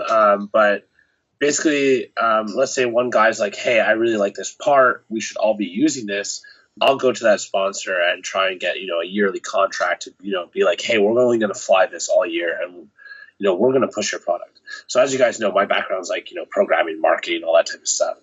So I believe, if you want to have a sponsor, you have to give back as well to the sponsor. You got to be like, I love you, you love me. Let's make this relationship. We're in love. Let's make this a relationship. Right. So, yeah. That's how that works.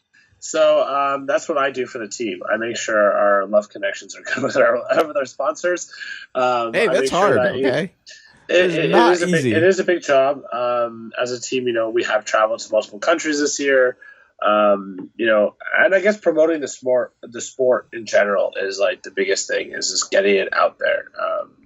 And getting team racing out there. So, speaking to the different countries and trying to get their teams organized. So we are deliberately giving away all of everything that we've ever invested into as a team, as far as legal work, pilot contracts, sponsorship contracts, anything like that. We are willing to give it away to any country who's willing to, to form their team and wants to help organize with us. So that's what we're trying to do is work with different countries and like get them involved and figure out how people can rank to get onto their, national team. So as team manager, that's my role is, getting the word out there about, being a national team and how people could get on it. Right. So, right. No, that's a lot of work right there. And I think that's the single weakest point in a lot of teams is that there's nobody doing what you're doing and also nobody keeping track of sponsors and, telling sponsors, hey, here's how we're giving back based on the sponsorship dollars, merchandise that you're giving us. And that's needed because hey, as a person who run events, I've talked to a lot of people that used to sponsor that no longer sponsors because there's nobody talking to them on, hey, I sponsored this event. What did I get out of it? And, if they didn't hear anything, guess what? They're not going to be a sponsor next year. So I definitely understand that side of it is, if the sponsor's going to send you motors, what do they get in return? So, you do need to, I like to say worship your sponsor a bit. So you do need to worship your sponsor a bit. You do need to put out the good word. If you believe, if we're a team and we believe, I would like to say as a team, we spent a lot of time, figuring out what products we'd like to use as a team. And if we're going to go with a company, it's because we believe in their product. Right. As an example, GemFan is this, amazing company that I met when I actually traveled to China. I went to Ningbo, China, met with him, and he literally looked me in the eyes and said, "You're the first foreigner who's ever walked into my factory." And I said, that to me, that was crazy because I'm like, I've been flying GemFan for 8 years. You've basically been the only company I've known in propellers until Dalprop came out and said, we're the same thing, but indestructible. So, I would say, create that relationship with your sponsors. Make it a real thing. We're humans. At the end of the day, we're a team. You want to work with your sponsors, make it a team thing. Make it happen together. don't just accept stuff because it's free.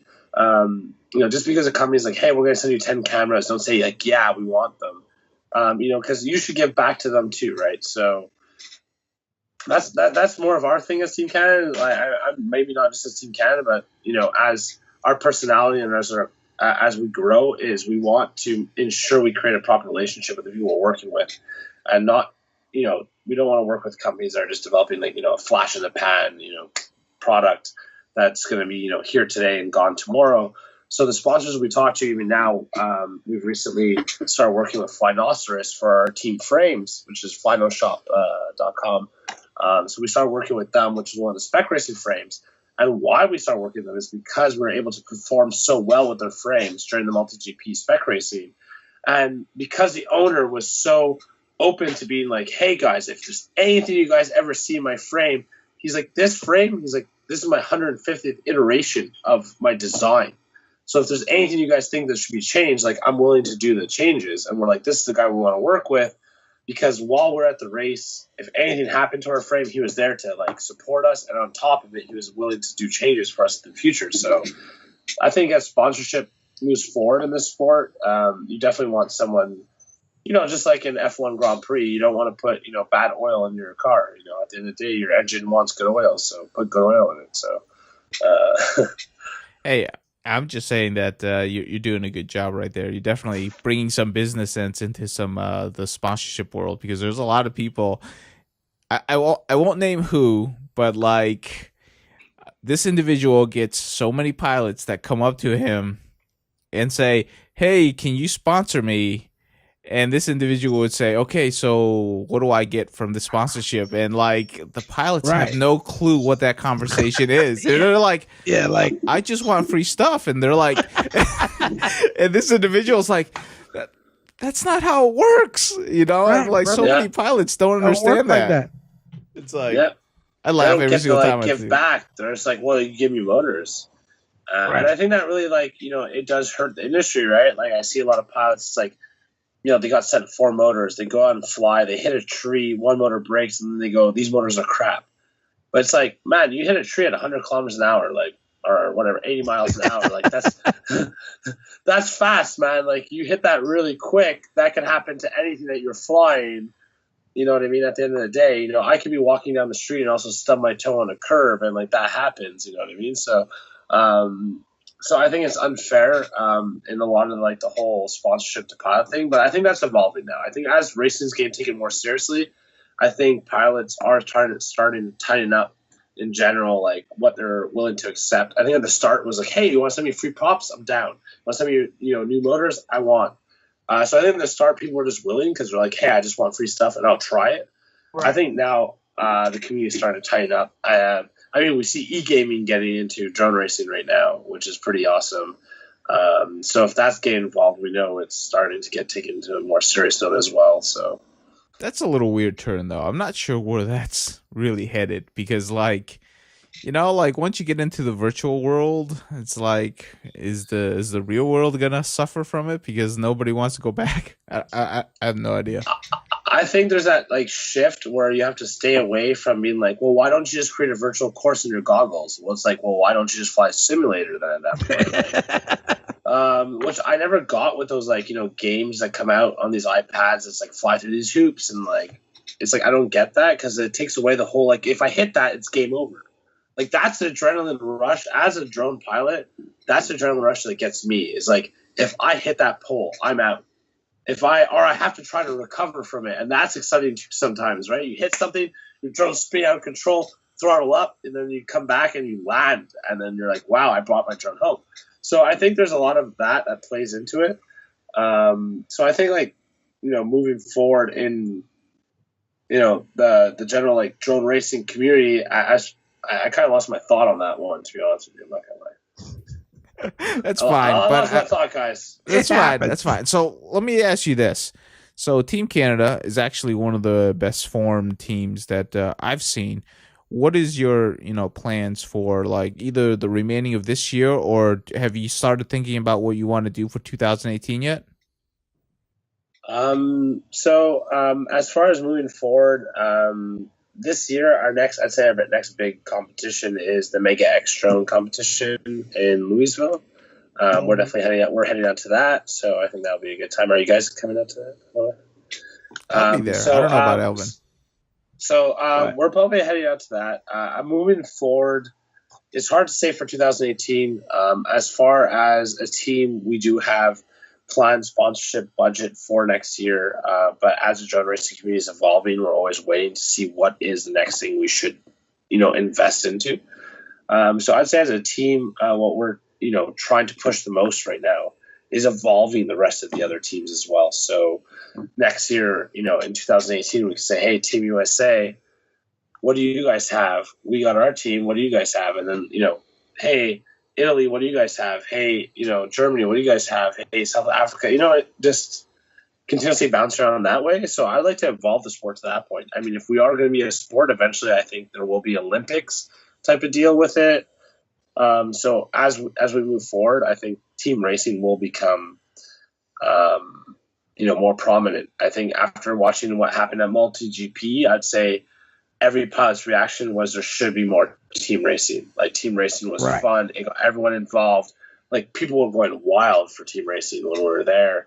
I'd say it was the most involved crowd I've seen in drone racing at any event I've been to worldwide was at the MultiGP IO team racing event. Was just, I'm not going to say spectator side. I'm just going to say like most involved crowd I've seen. It was just wild. I mean, it was just such a good time. And even like, first place to 30th place, everyone was just high-fiving and like hugging and just going like, wow, that you saw there was something being done there. There was an energy that was different than a lot of other races. And it was just that like whole like, wow, everyone's, one after another, everyone's involved. You got like strategy, you got a guy on the computer, you got someone timing, you got someone with the goggles, So it doesn't mean you have to be a pilot to be part of the team anymore.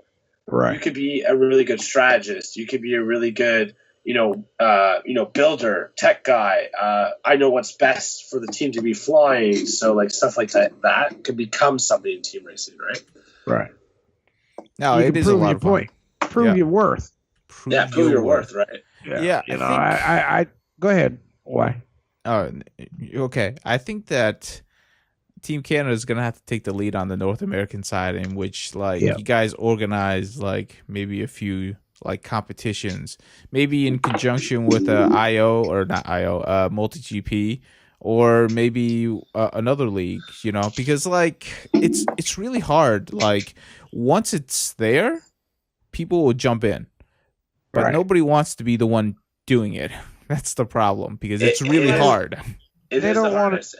Everyone who talked to has said that is like, well, I don't want to be the guy to do it.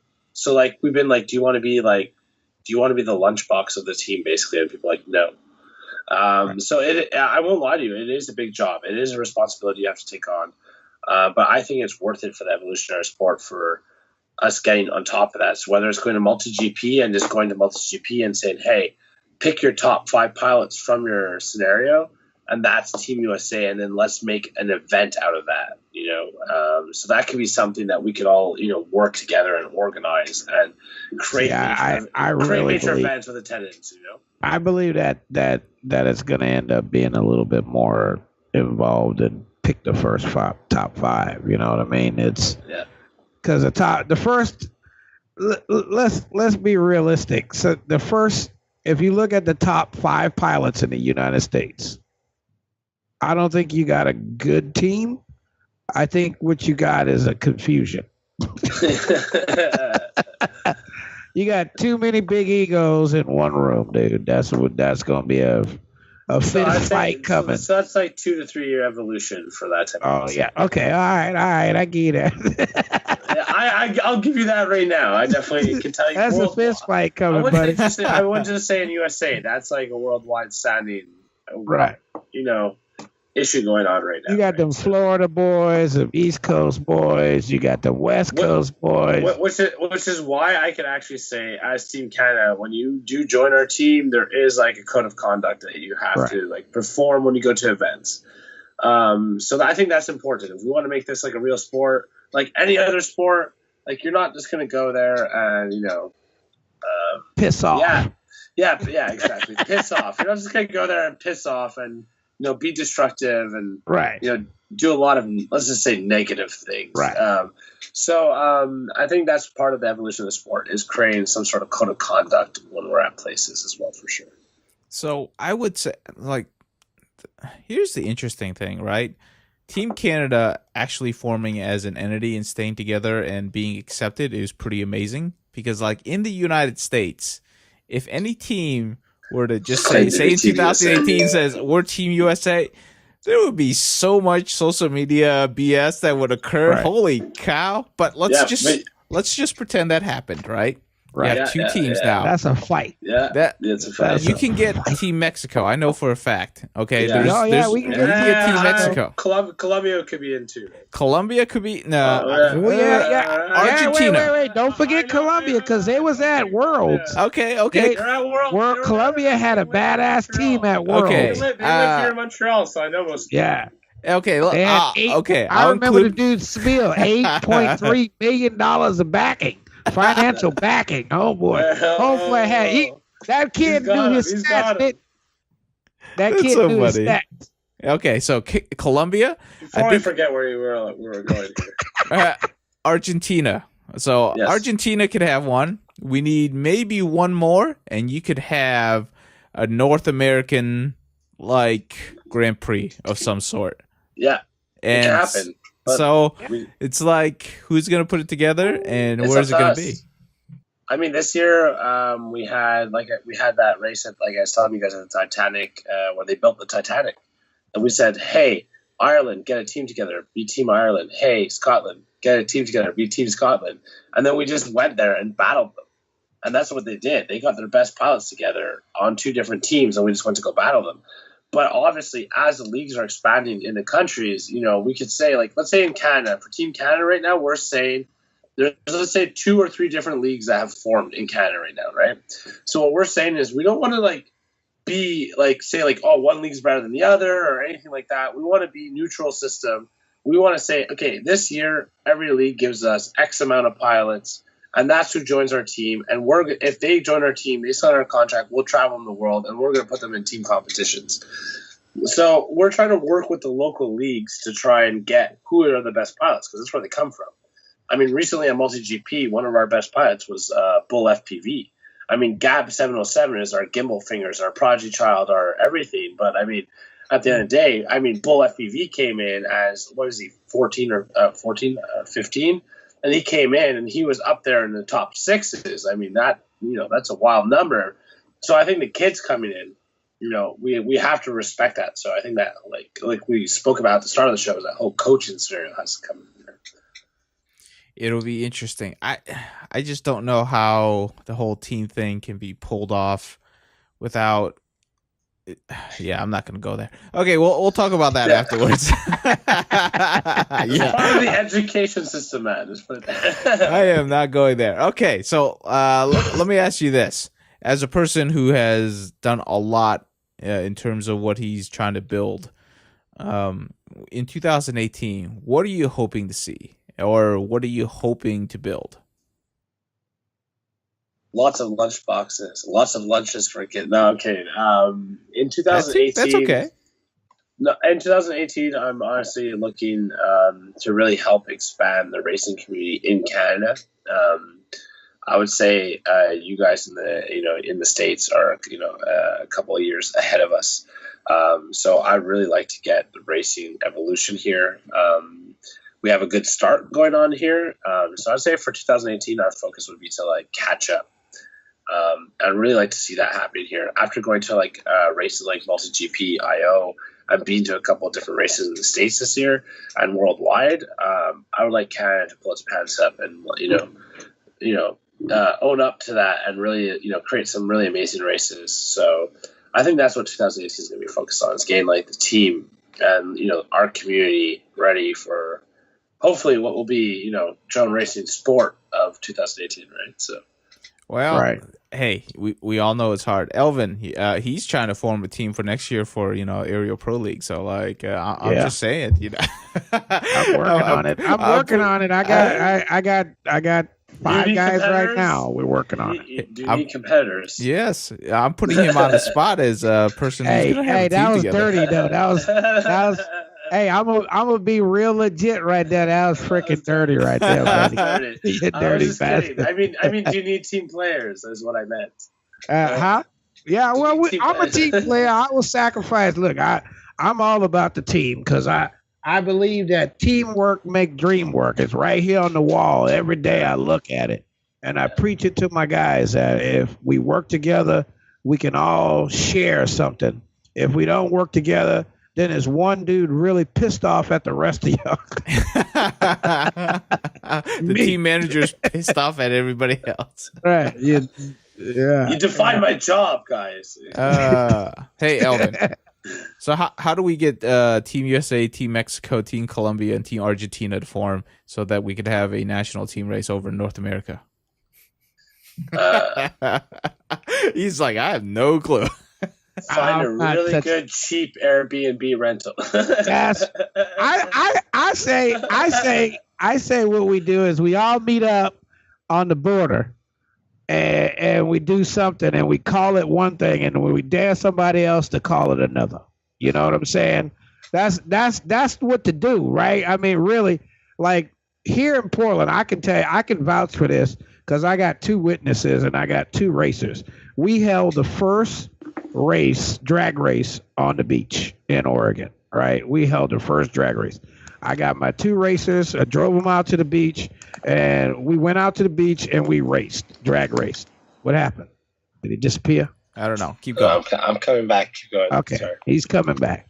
Anyway, so we drag raced, and it was fun. And so, you know, I can say it happened, and I got proof. We can all get together. We can say it happened, and we'll have proof and build off of that. You know what I'm saying? You know, it's like when you go out in the backyard, right? When you get the first 2 pieces of wood together in the saw out, you're about to make a doghouse, right? No matter what you do, right? No matter what you do, if you just take 3 pieces of wood and stack them up, it's the damn dog's house. Damn me, that's not that dog's house. I don't know where that went, but okay. Sure, Elvin. I'm just saying, you know, we call it something, it's going to be called that from then on. You know what I mean? Team USA on Elvin's checklist for 2018. I got you down. To get on Team USA, you need to build a doghouse. Exactly. Yeah, which Elvin approves. Doghouse that can fly with propellers. It must be construction worthy by Elvin. All right. There we go. Guys, you're on the roster. It's open. Let's see what happens. That's what I'm saying. The damn roster's open. We're here waiting to challenge you. Don't worry. I mean, cool. There was some guys that was running around talking about there was Team USA last year. You know. I mean, I think at Hawaii there definitely was because it was. I won't give them names. No one went to Hawaii. It wasn't real. We were all just in a Jurassic Park. Yes, we were in a phase. But it was the clouds that were coming out of everybody's cars. I think that's what made me really want to evolve Team Canada was Hawaii, was seeing 30 countries in the same place, so far away out of the world. Right. Willing to want to compete to be the best country in the world. Right. Or be the best pilot in the world. So it was like 2 competitions going on there. So whether the event was what other people expected to be or not, I'd say that's what I took from it the most was people were there to do that, and there were companies willing to pay to get them there. And that's when I was like, well, this sport might be real. Let's make this real. This is not just me flying my backyard anymore and enjoying my wood drone that I built on a soccer field by myself.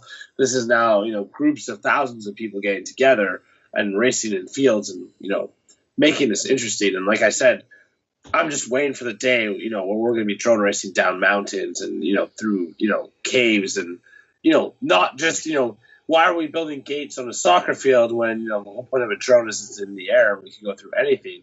I'm just waiting for the days for those races to happen, and that's what's going to drag race down my damn street, dude. I'm like, don't go there. Don't go there. Don't get legal. Don't ruin the sport for us. I'm not ruining it. He's going to be drag racing with a 350 8S. with like. It's gonna be stuttering. It's gonna be flopping while it's like. How many guys called? You wasn't flat. You wasn't flat level. You wasn't flat level. Ah, man. I tell you what, though, if you guys watch that video of the drone that the Big Whoop guys built for the Formula E competition, that thing, Titan drone, yeah, the Titan drone, awesome. that was pretty cool, man. Yeah. When it launched off the line, it's like, ooh. That blew my socks off while sitting in my chair. So I can only imagine how far they would have went if I was like at the start line. So like that was awesome, man. It was awesome. I was impressed. Yeah, I can personally say I've flown some big drones in my life, and I'm excited for that to come into the near future of drone racing. I'd say our biggest bottleneck right now is you watch a drone race and you're watching a bunch of mosquitoes try and go around an obstacle course, and that is visually not pleasing. I'd say sound-wise and visually, when I watch a drone race, because I love it. Don't get me wrong. But if you're an outsider who has no clue what's going on and you just walk into a drone race, you're just like, okay, what's going on? Okay. Yep. Whoop, whoop, whoop. You have no clue what to follow. You have no clue what's going on. It's tough. Which is why I really love like wing racing, because you're like, wow, look at those in the air. Like they're making sonic boom noises. Don't I see the wing hanging behind you. It is. I got piles of them over here. Oh yeah, that's my buddy. That's my buddy. All right, I'm a TBRC fanboy. TBRC all day. Okay. Okay, now I gotta cut you guys off. That's another episode. I'm cutting you guys off. I'm cutting you guys off. Hey, that wasn't Two Worlds. I'm sorry. That sticker is false advertising right there. You're right. I back off. Okay. Okay. All right. I just got them on. Okay. Let's go ahead and start wrapping this up. It's right at 2 hours. And like, hey, Jason, really appreciate you spending 2 hours with us. It definitely went a little long. It's actually a lot of fun. So like, it went by real quick. So yeah. Thank you guys. Really enjoyed it. We're definitely going to have you on to talk to you some more about this stuff, because I'm sure there's still plenty to share. But if somebody wants to come and talk to you about Team Canada, or about Lunchbox, or about you, some STEM programs, or about the STEAM programs, where can they reach out to you? So you can either hit me up on Jason at teamcanadafpv.com for my email, or if you go to the Team Canada FPV page, it's a great place. If you're trying to hit me up personally, Lunchbox FPV is my personal pilot page. So Instagram, Facebook, Twitter, you can spam me everywhere you would like to, as lots of you love to. So you can hit me up on every channel. I am always around. I'm an FPV pilot, which means I don't sleep. Right. So I simulate like I'm on the drugs. That's it. I'm just 24/7 pumping it out, man. So hit me up at any hour and I will respond to you. I promise you. But no, you can hit me up on any of those channels, and I'd be more than happy to share information. The team would be more than happy to share information. If anyone wants to get into team racing, please hit up Team Canada FPV. Any of the guys are willing to like talk to you and explain what we've done as an organization, what we've done legally as well, what we've done as far as contracts, and we're willing to share it all. We want to make this a real thing. So guys, hit us up. Guys who are already in talks to, wishing you guys the best luck with your countries, but we'd love to continue developing this. So. That would be pretty cool. Yeah, team racing definitely needs some legs, and hopefully we will see that soon. It was definitely a lot of fun in multi-GPIO, but having like 36 teams compete and not having the full day, that didn't work quite as well. It takes a little long time to actually get team racing work going. So hopefully they'll dedicate more time next year, and we will see better competition going out.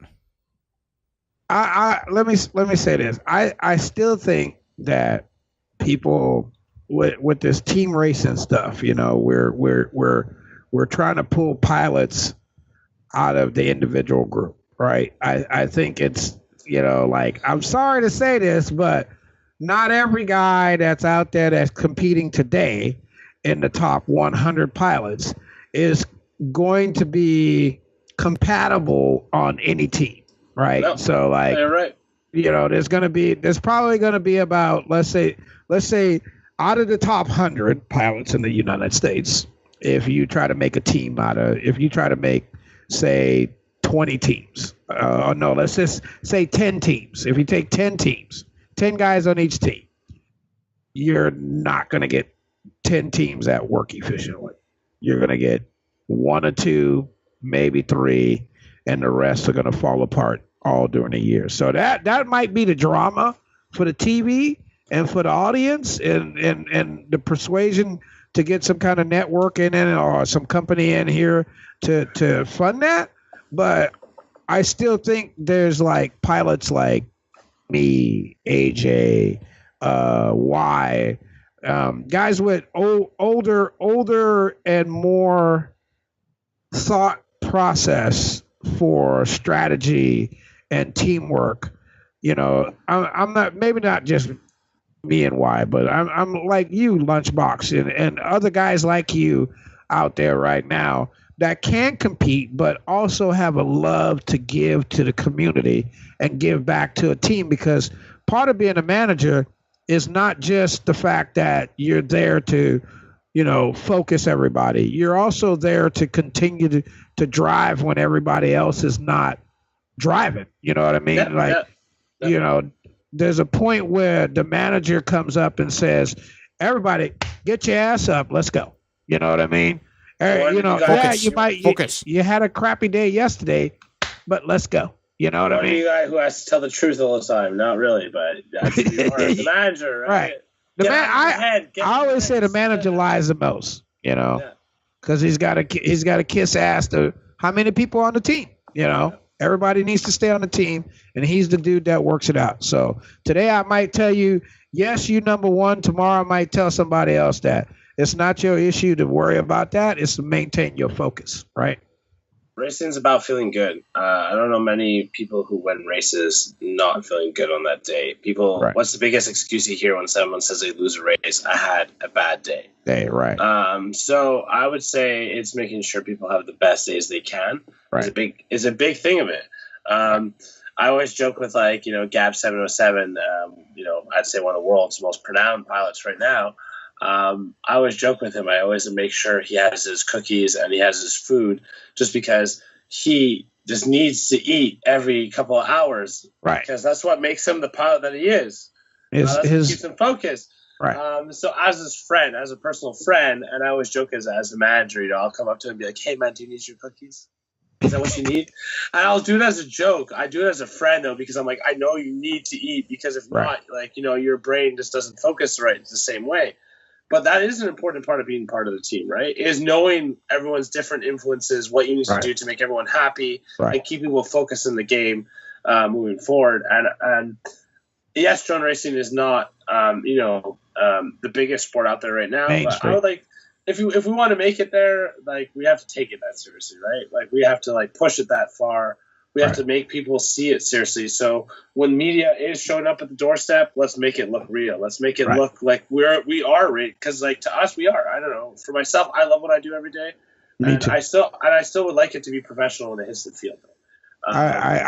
Just because I come from a sports background, I was a rugby player for many years. I was in snowboarding. I was in lots of. Well, rugby was my big thing. That was my gentleman's game. So that's definitely where it comes from. Where I'm like, it's a gentleman's game. When you're on the field, do your thing on the field. Right. If you're off the field, if you want to go to a bar and do your own craziness, go do it later. On the field, be respectful, shake hands with the guy you beat, say, I lost. Yeah, that's it. And then, walk away and learn from your mistakes. So, rugby's a tough game, man. I like it. Yeah. And that was your special soapbox moment before we end the podcast, because we just went on for another 10 minutes. I don't know why we did that, but we could probably talk on for another hour, and then I will be groggy at work, which would be terrible. So that's why we're ending this. Thank you so much for being on. It was great. And yes, we will definitely have you on.